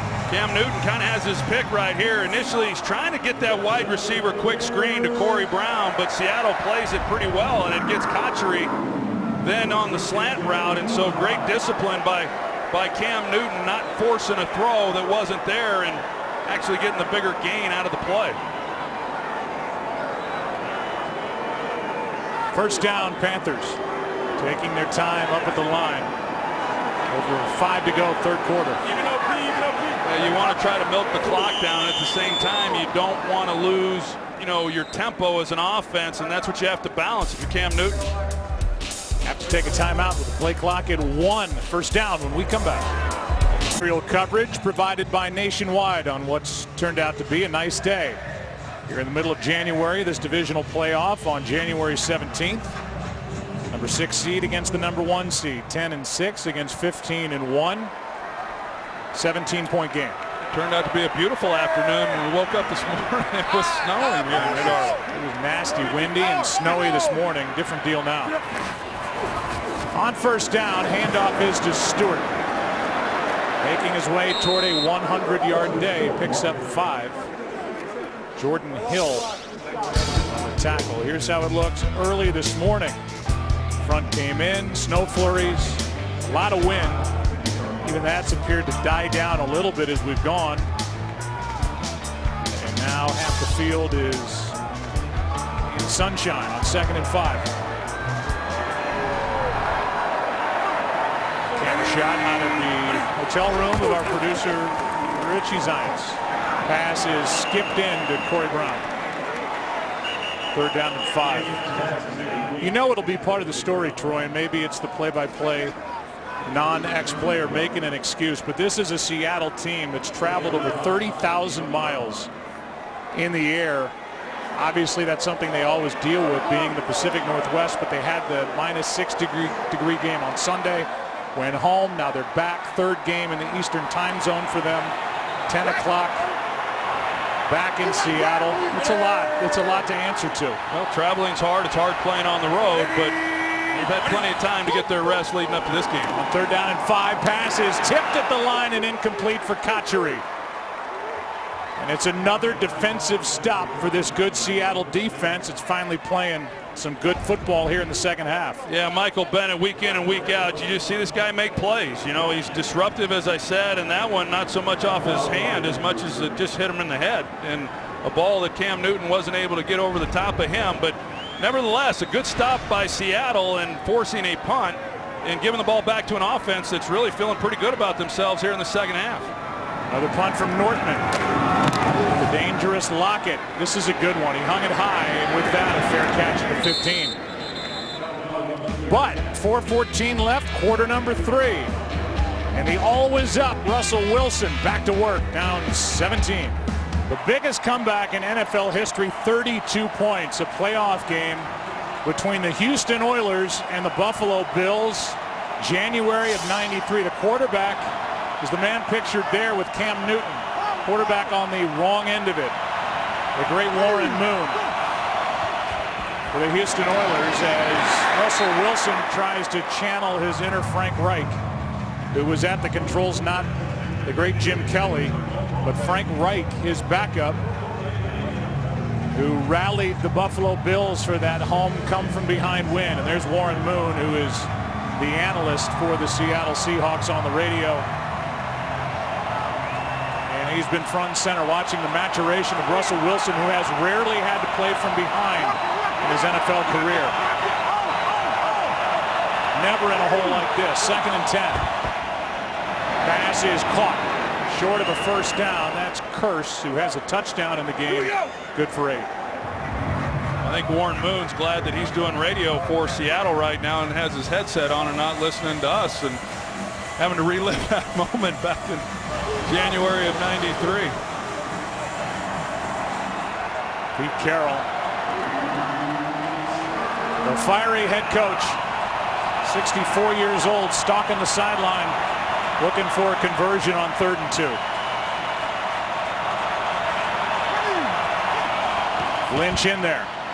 Wilson throws, pass is incomplete for Baldwin. could not haul it in, and then a near pick.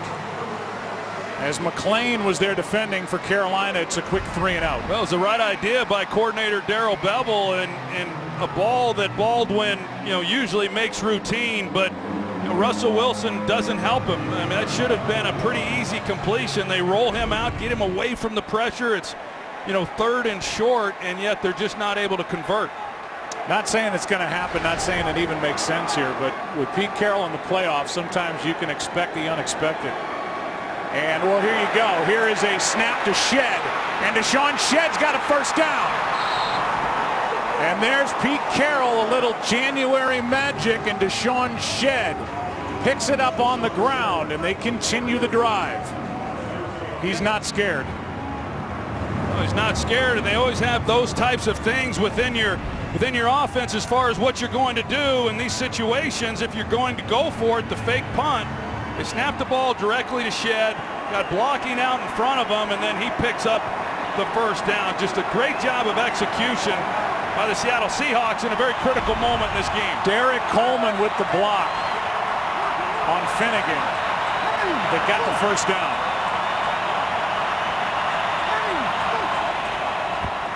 Wilson protected, pass caught. Curse had to reach over the middle, and Jermaine Curse is showing his quarterback he's willing to lean out over the middle, knowing he may get popped. Yeah, and when you talk to Russell Wilson about him, when you say, hey, what do you like about Jermaine Curse, the first thing he always says, he's got a big catch radius. I mean, you can kind of put that ball anywhere, and he's going to go get it. And the Seattle offense has Carolina on their heels. Out to his right, Wilson shakes a tackle and is out of bounds.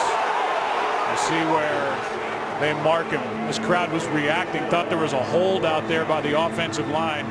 Johnson forced him out, no gain. But you just knew in this second half, Joe, when you have that big of a deficit, you just have to be really good and win in all three of those phases. Special teams has to be a part of that. The big return by Tyler Lockett, and then this fake punt, and you see Ron Rivera, he's talking about the hold. He's saying that Marshawn Lynch had a hold, which he did, and it certainly could have been called. Had a hold of Roman Harper. Wilson in big trouble. Down he goes. Norman got him.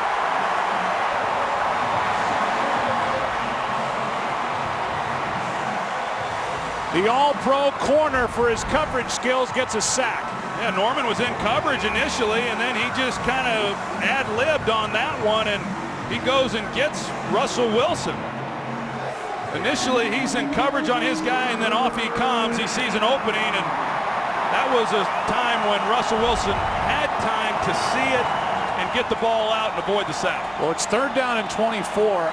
I'm not so sure that Seattle's thinking about the 24. They're trying to get on the other side of midfield. And a timeout will be taken, and then they can make a decision as to whether they go for it on 4th down or down by 17 if they want to punt it. They got a long way to go, and you can see Russell Wilson maybe calling the timeout as much to catch his breath as anything.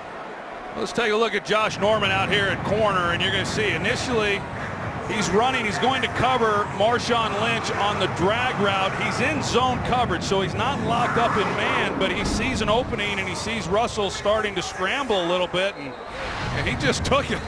He makes the play. Josh Norman, the All-Pro, had 4 picks, 2 for touchdowns. The touchdowns came early in the season. 3 forced fumbles, did not have a sack. But he gets a big one here, and Carolina has 5 sacks in this game. This is what Thomas Davis had to say about the great Russell Wilson. We look at him like a running back with a very strong arm, and they came and got him and have 5 times in the game. 3rd down and 24.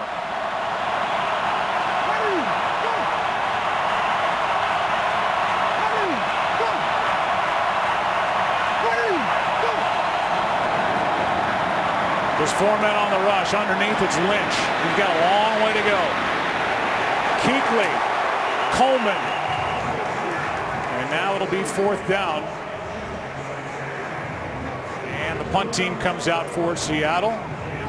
And Pete Carroll has some last-minute instructions right there for John Ryan, the punter.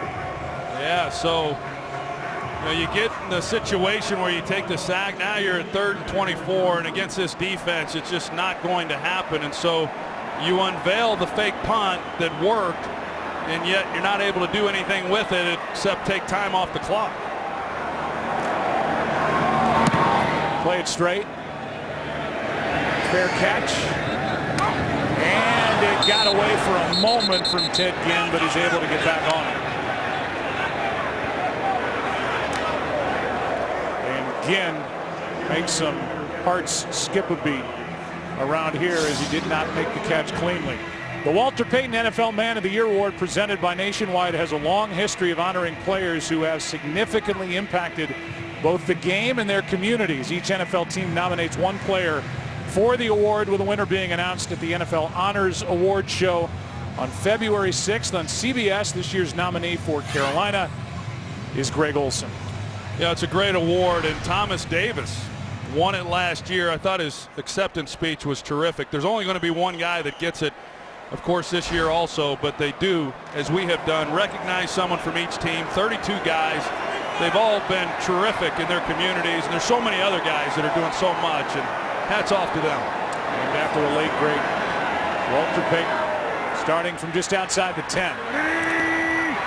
At the 12, first down. Potential final play of quarter number 3. The carry by Jonathan Stewart. We'll take it across the 15. He got 4, and that will do it for the first 3 quarters in this divisional matchup between Carolina and Seattle. The winner takes on Arizona next Sunday late. Either be here in Charlotte or in Glendale. Off to the 4th we go after this from your local Fox station. It's the 17 points put up in the second quarter by Carolina, the home team, that's the difference in the game, if you want to look at it that way. If you don't, it's not going to upset me at all. 31-14, 4th quarter rolls in, and Carolina is faced with 2nd down and 6. Seattle needs another stop. Cam trying to take this thing over again. Off he goes. K.J. Wright, good tackle. And if Newton gets past Wright, looks like he's got a first down. 3rd down and 3. K.J. Wright's been flying all around the field here in this game. He's got 12 tackles on the day, and that was one of the plays that Carolina was able to have some success with back in October, those designed quarterback keepers. But K.J. Wright there to make the stop and force a 3rd and 3.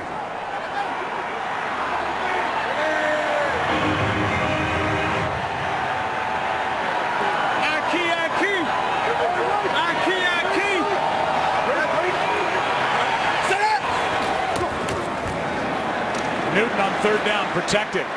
Near side, Dixon, the tight end. He's got a first down. Deshaun Shedd out there in coverage, and Dixon good for 6 and a big first down for Carolina. Credit this offensive line and what they're doing up front, and allowing Cam Newton to sit in the pocket and look downfield, and even when it hasn't been there, he's been able to get the ball out. So he's not been under a great deal of pressure. He sits in there, and then he finds his guy, and he picks up the first down.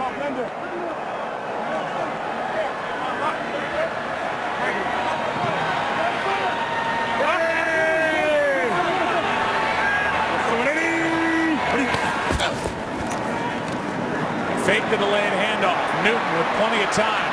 Pass is caught by Jonathan Stewart, who they faked it to at the start of the play. Bobby Wagner there to tap him down, a gain of 5. Good job by this offensive line for the Carolina Panthers. Only 1 sack for this, at times, fierce Seattle Seahawks pass rush. I started to get into it earlier in the ball game, but going back to last year when they really started to make that run and get into the playoffs, it was the play of the offensive line that really allowed them to do that. And they had a couple rookies in Trey Turner at right guard and Andrew Norwell, and those guys as young players developed pretty quickly. On the job training came into this season, and they've been off and running and playing well all year. 2nd down and 5. Stewart this time bottled up. Looked like Marsh was in there first, but Dobbs was there as well, along with Mebane, who is the big tackle at 6'1", 311. Outdone size-wise by the guy to his left, typically Ataba Rubin, 6'2", 325. They are big on the interior of this Seattle defensive line. Yeah, they're pretty thick, and Cam Newton slowing down the pace. And like I said, there's this balance that you have as a quarterback to where you want to try to run the play clock down and take time off the clock, and at the same time you don't want to lose the momentum that you're used to. But another big third down for the Seattle defense. And Cam Newton doesn't like what he sees. Well, it's the second time I think they've waited so long trying to take time off the clock. It's been a better second half, obviously, for the Seattle Seahawks. And Joe, that's Troy, and you knew the Seahawks weren't going to give up, but you get the sense that this drive right here, if Carolina can put together a long one, basically seal it. If Seattle gets a stop, they can climb closer and stay in it. Yeah, I mean, Seattle's fighting the opponent, but they're also now fighting the clock. This is a huge third down here in this fourth quarter. 17 points down. There's still time for Seattle, but they have to get the ball back into their offense's hands to see what they can do.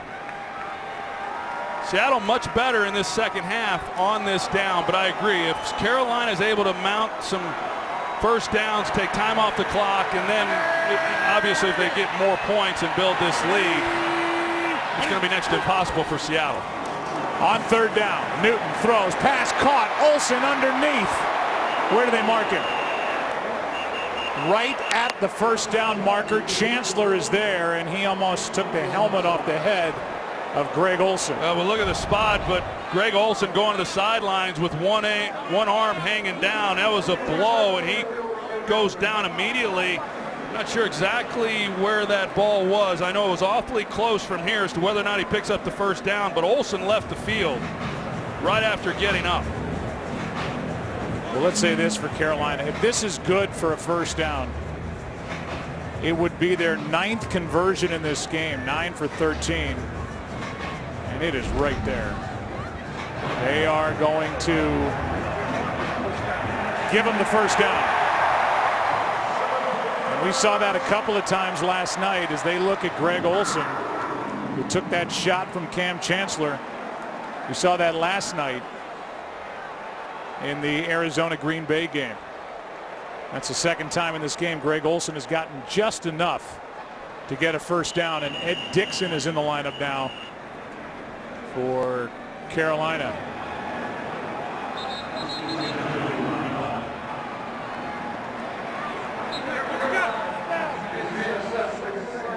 With no penalty. The next penalty will be a 15-yard unsportsmanlike. That's a sideline warning against Seattle. No penalty. And Pete Carroll is still working the official over there right in front of him.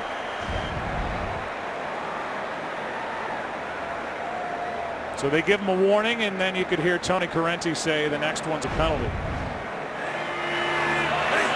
First down from the 35. Here's Brown. Sherman can't bring him down. And the guy they call Philly Brown able to break that tackle and pick up 5 as Shed forced him out. You know, that hit by Cam Chancellor then on Greg Olsen, it was right over there near the bench of Seattle and right where Pete Carroll was standing, and you know, he felt like he had a good look at it. And I know at this point in the game, you know, as I said, clock is of the essence, and you're wanting to challenge that and see if you can't get the ball back, but there was really not anything there that would make you think that it would be overturned, and you just simply can't afford to lose a timeout in the process. I think it was a good no challenge. Second down and 5. Toss to Stewart. He'll spin ahead for 2.5. Third and short coming up. And now a 100-yard day for Jonathan Stewart, and that is the first time that's happened against the Seattle defense. It had been 26 games since they allowed a 100-yard rusher. Chris, what's going on with Greg Olsen? The team doctor and trainer, he's in excruciating pain. They're massaging the right shoulder right now. He's questionable returning in this game with a shoulder injury, Joe. Good job up front by Seattle. Newton wanted to run it. KJ Wright was there along with Irvin, and Wright is slow to get up. That was an excellent job. They've got Jericho Cotchery Number 82 who's in there, and he gets pushed right back into the lap of Cam Newton. Cam does the nice thing and just goes to the ground and protects himself. Good job there on third down of now forcing a punt and giving the ball back to this offense and seeing what they can do with it. But third downs, Carolina overall offensively has dominated throughout this game. Lockett wants a jolt. He is going to stay away. And that would be exactly what the special teams coordinator Bruce DeHaven wanted. Keep it away from Lockett. Seahawks get the ball, 9:32 left, down 17. Today's game on Fox is sponsored by Bank of America, by Clean Crisp Coors Light, and by Subway, founded on fresh.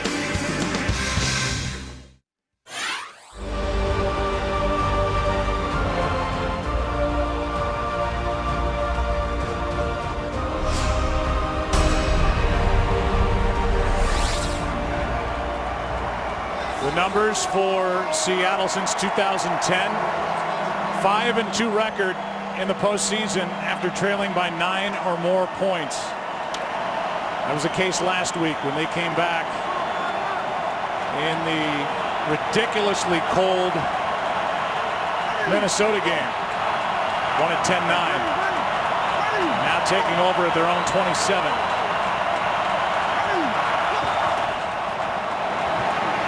Here's one for Curse. Got behind McLean, but again overthrown. Well, he's had a couple of opportunities to create some big plays, and if there is an Achilles heel for this Carolina defense, it's the fact that they have given up some big plays. They've given up big plays this season on the ground. They've also given up big plays through the air, but that's twice now he's had an open guy. One of them would have been an easy touchdown earlier, but he misses this one also. Biggest story for Seattle is Russell Wilson, for as good as he's been, took his game to a new level once they lost Lynch and even Jimmy Graham. Finished the season red hot. Was the top quarterback in quarterback rating, and he's got Lockett. Lockett incomplete, could not get his feet down. Pressure by Jared Allen, and Tyler Lockett came close. Oh, did he drag the right foot? That may be worth a challenge. Yeah, I don't think Pete Carroll has any choice but to challenge this. As close as this is, it sure looks like that right toe is down to me, and so far, none. There it is. The left foot is down. The right foot drags. The toes, you can see it bring up the dirt and the turf. What do you think, Mike Pereira? I'll tell you, I think it's a catch because the fact is you get the turf that comes up. It's just the tip of the toe that hits.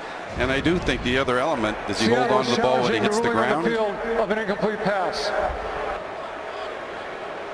Very tight whether it drags, but it drags just in bounds in my opinion. I think I'd reverse this to a catch. Good challenge by Pete Carroll. Let's get the call from Tony Correnti.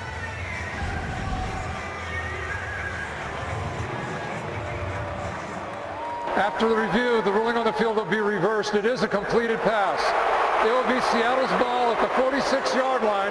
First down.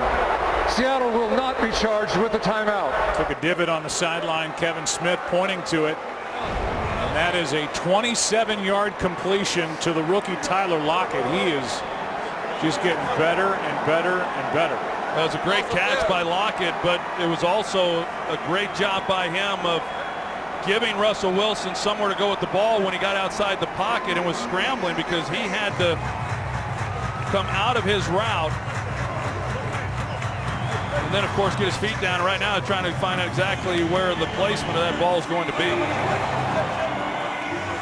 Let's feed our statistician. Sprung into action where they initially put the football down in the wrong spot. They're inside Carolina territory at the 46.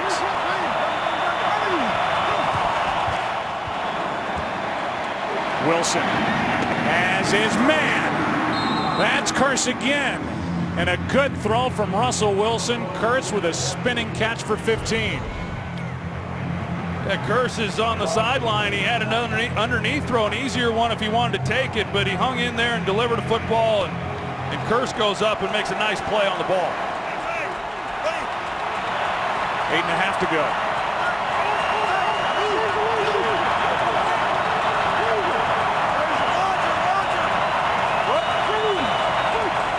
Blitz.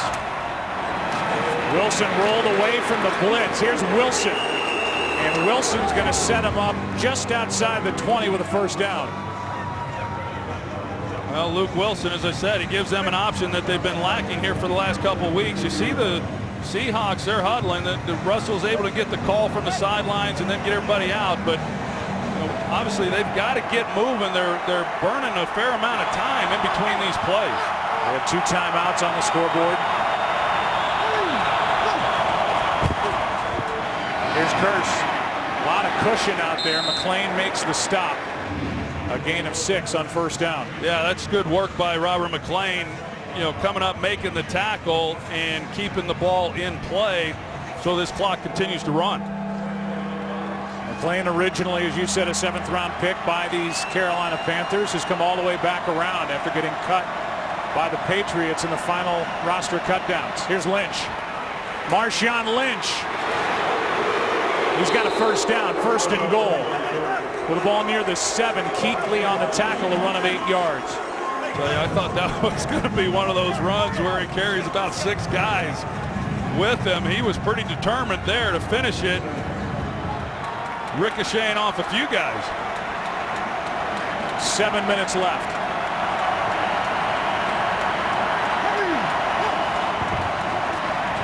Wilson, end zone. Wilson off his left hand. From Russell to Luke. Incomplete. And Luke Kuechly was there in coverage. Little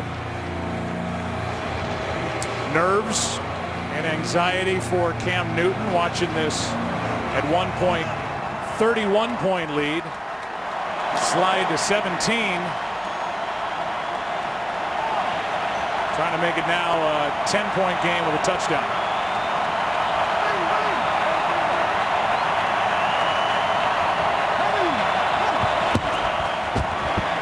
Wilson, Lynch, Thomas Davis.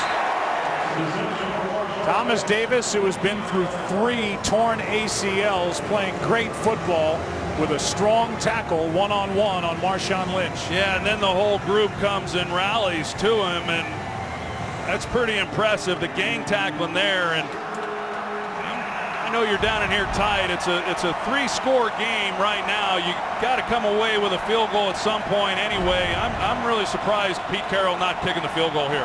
Well, it's 3rd down. Oh, I'm sorry. That would be headline grabbing. 3rd down and goal out to his right. Now spinning around and in a ton of trouble. This one is caught for the touchdown. Kearse. What a job by Russell Wilson. Almost had the field Troy of that 2-point conversion last year in the NFC Championship game at home in that big comeback win over Green Bay.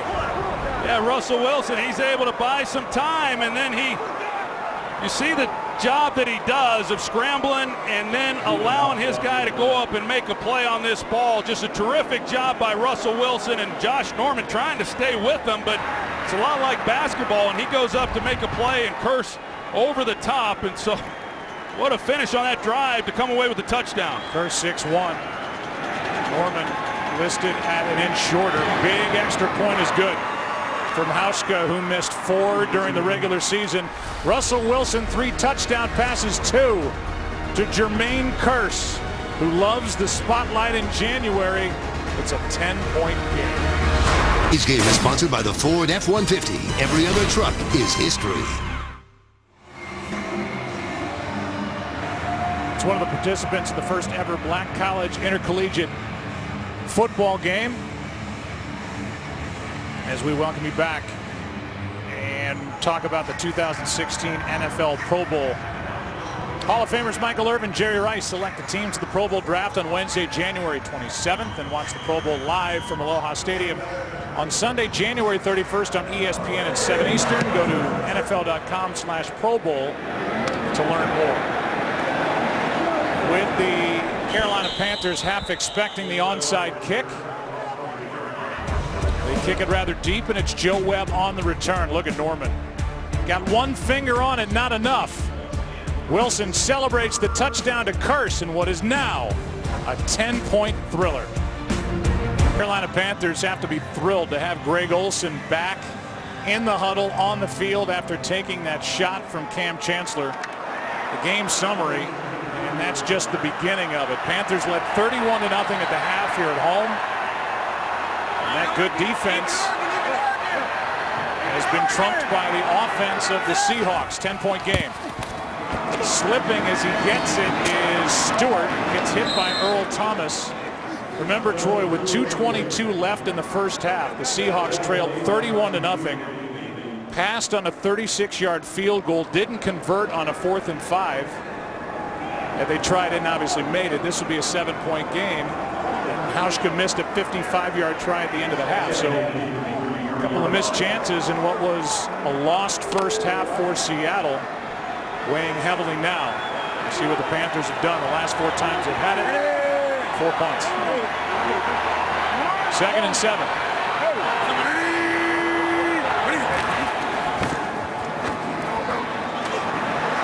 Newton. Olsen up to grab it. And he's got another first down. That's 3 times I can remember Greg Olsen just left all alone in the secondary by the Seahawks. Well, and the reason is that Seattle likes to play zone coverage, and so because of the time in the pocket that Cam Newton has, he's able to survey the field and kind of find his guy. And when a quarterback has time like that, as a defense, you start to slough and play underneath the deeper throws, and it opens up some of those underneath guys, and Cam Newton's been able to find them. Coming up on 4.5 minutes left. First down for Carolina. That was a big completion to Greg Olsen, who left injured last time Carolina had it. Here's Tolbert, the Pro Bowl fullback / halfback, back to the line of scrimmage, brought down by Michael Bennett. Saturday, primetime boxing returns to Fox for the first time in nearly 20 years, undefeated. Danny Garcia takes on former champion Robert Guerrero, live from Staples Center in Los Angeles.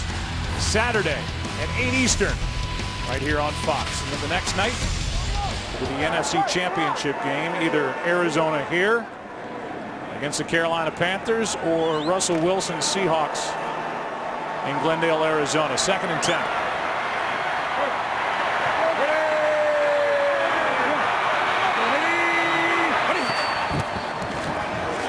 Here's Stewart left side. He's had a good game, and it started with that 59-yard run on the first play from scrimmage for Carolina. Timeout taken here by Seattle. They're down to 1. For Stewart, 106 yards on the day. Missing the previous 3 games with a sprained foot. It's his left foot, and he has shown no sign of being slowed down by that at all. Yeah, he came into the season, he was going to have more of the workload with D'Angelo Williams going elsewhere, and he held up through the 13 games and had to deal with that foot, but it felt like he was well rested coming into this game and could have played in a couple of those late games to end the season. But boy, he got the game off to a great start there on the opening play of the game. As we mentioned, the first 100-yard rusher, that's Stewart, allowed in the last 27 games. Jamal Charles, the last to do it against Seattle. 3rd and 7. Olsen not out there. Hand off to Tolbert. Won't get it. And it's 4th down. And the clock continues to run with under 3.5 left. Gain of 5. Bennett made that tackle. Seattle about to get it back. Olsen with 6 catches, Troy, in this game, all 6 for first downs. Not on the field on that 3rd down carry by Tolbert. Yeah, well, Ron Rivera, he's just saying, hey, I'm going to bet on my defense, and we're going to run the ball and play the clock game. So Seattle used their timeout. They run it on 3rd down. Tough to pick up the first down and then get their defense back out there and see if they can make a stop. I guess Ron Rivera hopped off the riverboat. High hanging punt. Flag is down. Lockett somehow able to corral that punt. We'll check the penalty.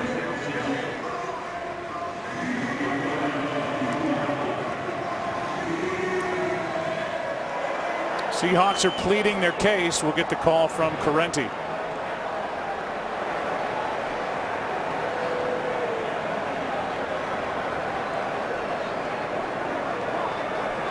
This is interesting. It was a 4th and 2.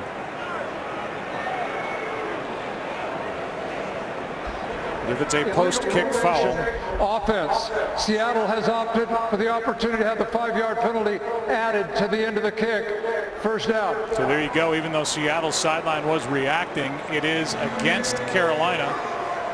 And in the essence and in the mind of saving time, they're just going to tack on 5 yards, forget another punt, go from there. How about the second half? It started with this big return by Lockett. Then a penalty, eventually a touchdown throw to Jermaine Kearse. Russell Wilson says we're not finished. How about this in the back of the end zone by Lockett? On the catch before he headed out of bounds, and then Wilson making it happen. It was tipped by Norman into the hands of Kearse, and Cam Newton says we got to go back to work. Seattle has it down 10, 2:49 left, 1 timeout. From the 22.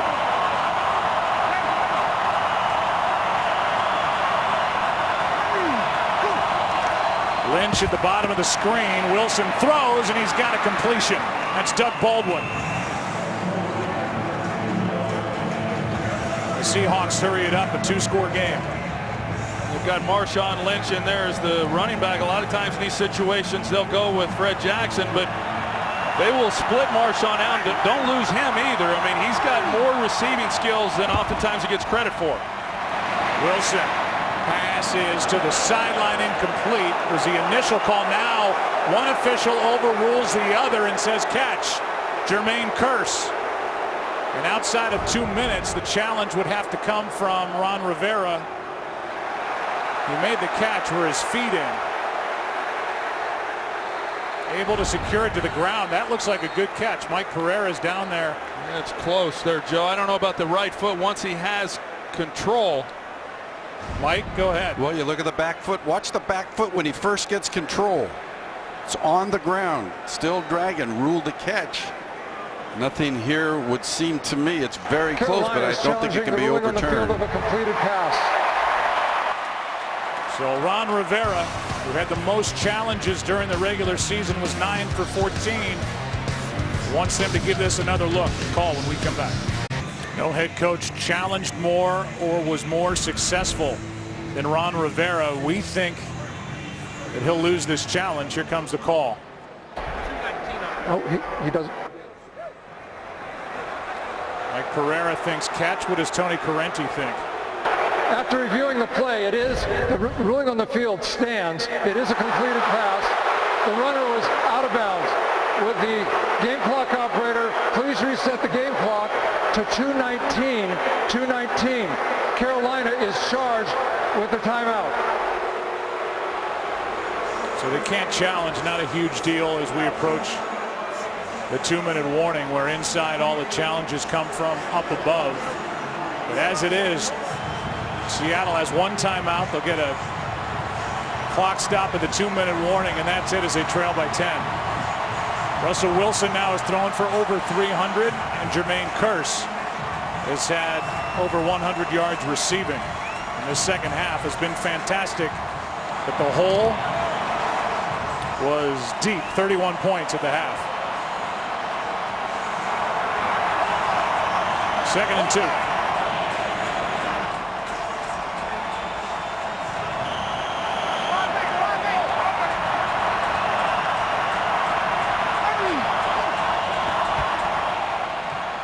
Protection underneath, tip but caught, first down. That's Luke Wilson, and he's going to hop out with 2:11 left. That ball was tipped, as the touchdown pass was moments ago, good for 14. It looked like K'Wan Short is the one who got a hand on it. They went verticals up the field, and then they put Wilson out in the flat. They get the ball. You see, definitely gets tipped, and yet they're still able to complete that to pick up the first down. Good concept, trying to get the big play. If not there, you leak somebody out to be enough for the first.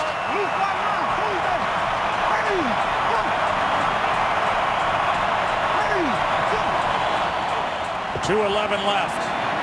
Wilson floats one. Kuechly got a hand on it. Baldwin the intended target. And the beloved Luke Kuechly closed down on it. It just kind of shows you some of the abilities of Luke Kuechly. He's out there in coverage, and Baldwin was open and Russell Wilson with time, and he lays it out there, but Kuechly able to make up the ground, get his hand on the ball. That's a lot of range for Luke Kuechly. 2nd and 10, 2:05 left.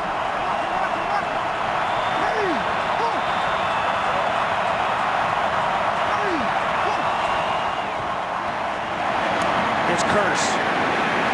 Might as well. We're headed for the 2-minute warning anyway. 1:59. The catch is good for 6. 3rd down when we come back. What a game this has turned into in Charlotte. Tonight, after the Steelers-Broncos game, the UFC Bantamweight Championship live on FS1. Champion TJ Dillashaw, former champ Dominic Cruz. The biggest UFC fight ever on free TV tonight after the AFC playoffs. Only on FS1. 3rd down and 4. 1:59 left. And in the middle of the defensive huddle during the 2-minute warning, Cam Newton came out. The leader of this team. Here's a 3rd and 4.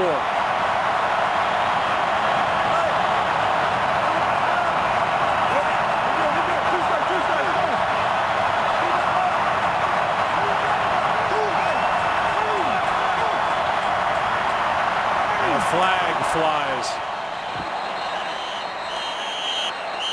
So loud the players couldn't hear the whistles. It wasn't for delay of game. Play clock was at 5. False start. Offense, number 16. 5-yard penalty. Remains 3rd down. They get Lockett out on the edge. I didn't see it from here when it happened, Joe, but you see Lockett just enough, and Josh Norman was the one who reacted, and that's when the official came in and blew it dead. So good job there of getting the call with Lockett flinching. In case you're wondering, they're outside of field goal range at the moment. 3rd down and 9.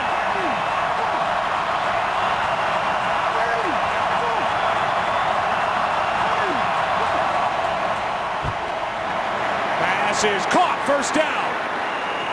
Doug Baldwin with a big one for the Seahawks, and the drive continues inside the 30 with 1:46 left. Keep the gas pedal down. Here's Baldwin again, a diving catch inside the 15. And up to the line they come yet again. They're staying on him, and Baldwin slips coming off the line, but still able to gather himself. And now Russell Wilson clocks it. The Carolina defense pitched a shutout in the first half and got 2 takeaways. The Seattle defense has pitched a shutout here in the second half. And now they turn to the guy who's really blossomed in 2015, 2016, Doug Baldwin, with the last 2 catches from Russell Wilson. Yeah, one of the most competitive guys in our game at the wide receiver position. The field conditions have kind of neutralized some of what he does best, and that is, his route running ability and reversing field, but a couple big plays right there by him.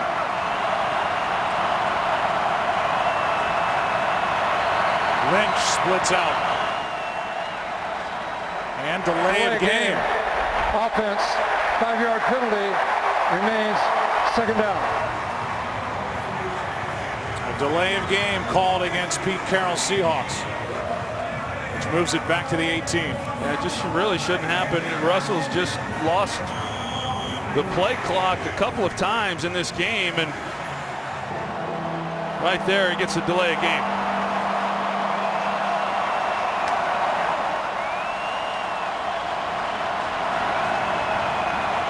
Play clock at 9. 2nd and 15. They stay with what they had. They got Marshawn Lynch down here at the bottom. Flag again. End zone. The tight end Wilson overthrown. But a flag at the start of the play.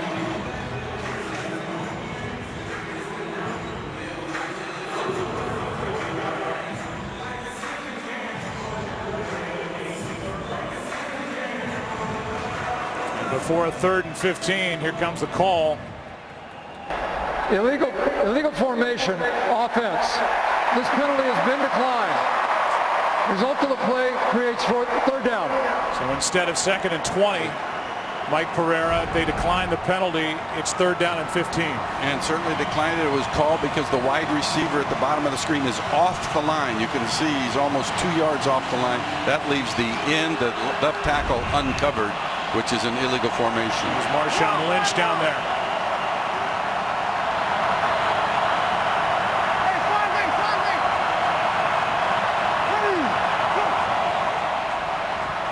Wilson, end zone, curse, incomplete, no flag. And with that, we'll see if the field goal team will check in, and they will. They go after Robert McClain again on that corner position, and unable to drive the ball away from McClain to give him a chance because of that underneath coverage. This defense for Carolina tightens up here when they had to. Clint Gresham will snap it. John Ryan will hold it. Hauschka will attempt a 36-yarder. He has missed from 55. Prior to that, he was 14 for 14 in his postseason career. This to make it a one-score game. And hope is kept alive. And a good job by the holder, John Ryan. You could see him spin it right before Hauschka's foot went into the middle of the football. You see, he definitely gets it turned, and good execution there. So now it's a matter of whether or not Seattle can execute the onside kick.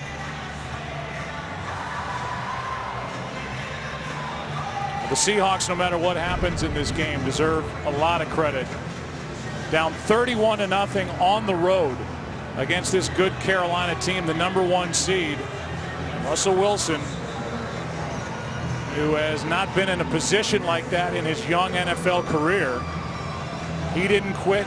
Pete Carroll didn't quit. And here they are in a 7-point game, but now they need to recover an onside kick. Yeah, and really not surprised. We talked about to open up this second half, if there was a team or a quarterback that was going to be able to get them back into a position, it was certainly going to be Russell Wilson. And they played well here in the second half. They dug a big hole, but now it comes down to the execution here of this onside kick. Stephen Hauschka 2 for 8 on onside kicks all time. We saw one of them last January in the NFC Championship game against Green Bay. And Hauschka will try to make himself 3 of 9, and it's up to the guys on the outside. And the hands team for the Panthers.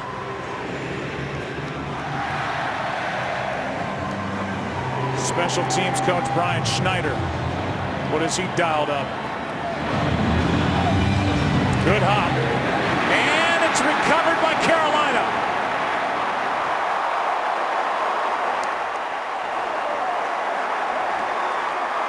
It looked like Davis, and it is. Thomas Davis, the beloved linebacker headed to the Pro Bowl,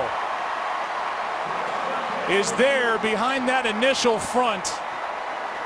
And the 11-year vet who's had some journey is there to receive the onside kick try from Hauschka. Yeah, and that was not an easy play for him to make. He had to go get it and get the ball and know that Derek Coleman, number 40 for Seattle, was right there to deliver the blow, and he hangs on to the football. It's a great job by a veteran guy, and you talk about his journey, Joe. It's been awfully amazing, and he's going to his first Pro Bowl, or was voted to it. He hopes not to be able to play in it, but just a great job by him finishing off the play.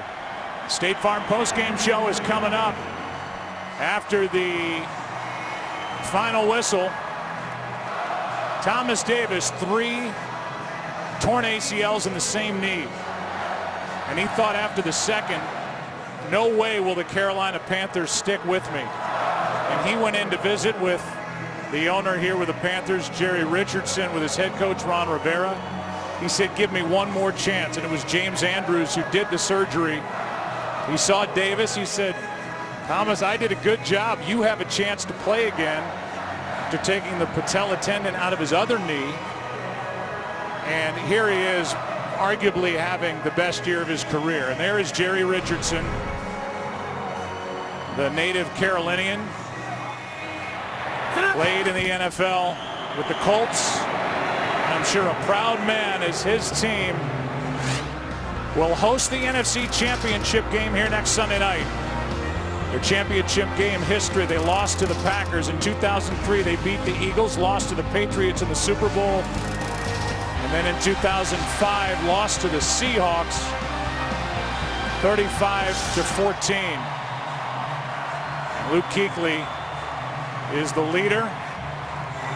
Right in the heart of that defense, and they were tested, Troy, here in the second half with a furious comeback attempt by the Seahawks. Yeah, they sure were. I mean, this was a tough ball game, and they hung on. It was just too much for Seattle to overcome based on the way that this game began. But what a great win for this franchise to move on to the NFC Championship game and face the Arizona Cardinals next week. But this was a big win and a team win, and just too much, like I said, for Seattle. They dug themselves such a hole. Didn't give up any more points, but just couldn't quite come back from the deficit. They're calling a delay of game against Ron Rivera's Panthers. Cam Newton was upset about it. One more snap and that's it.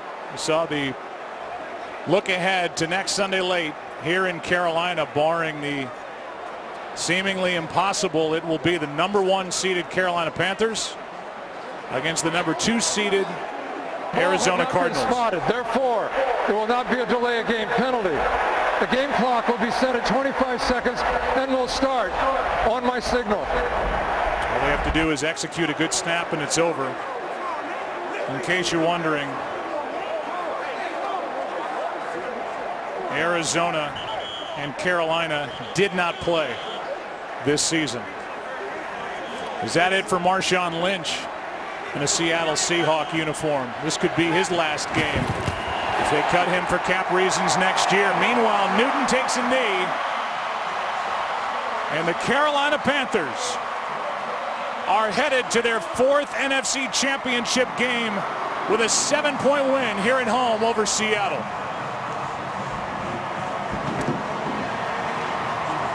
And those two young stars, Troy, come together.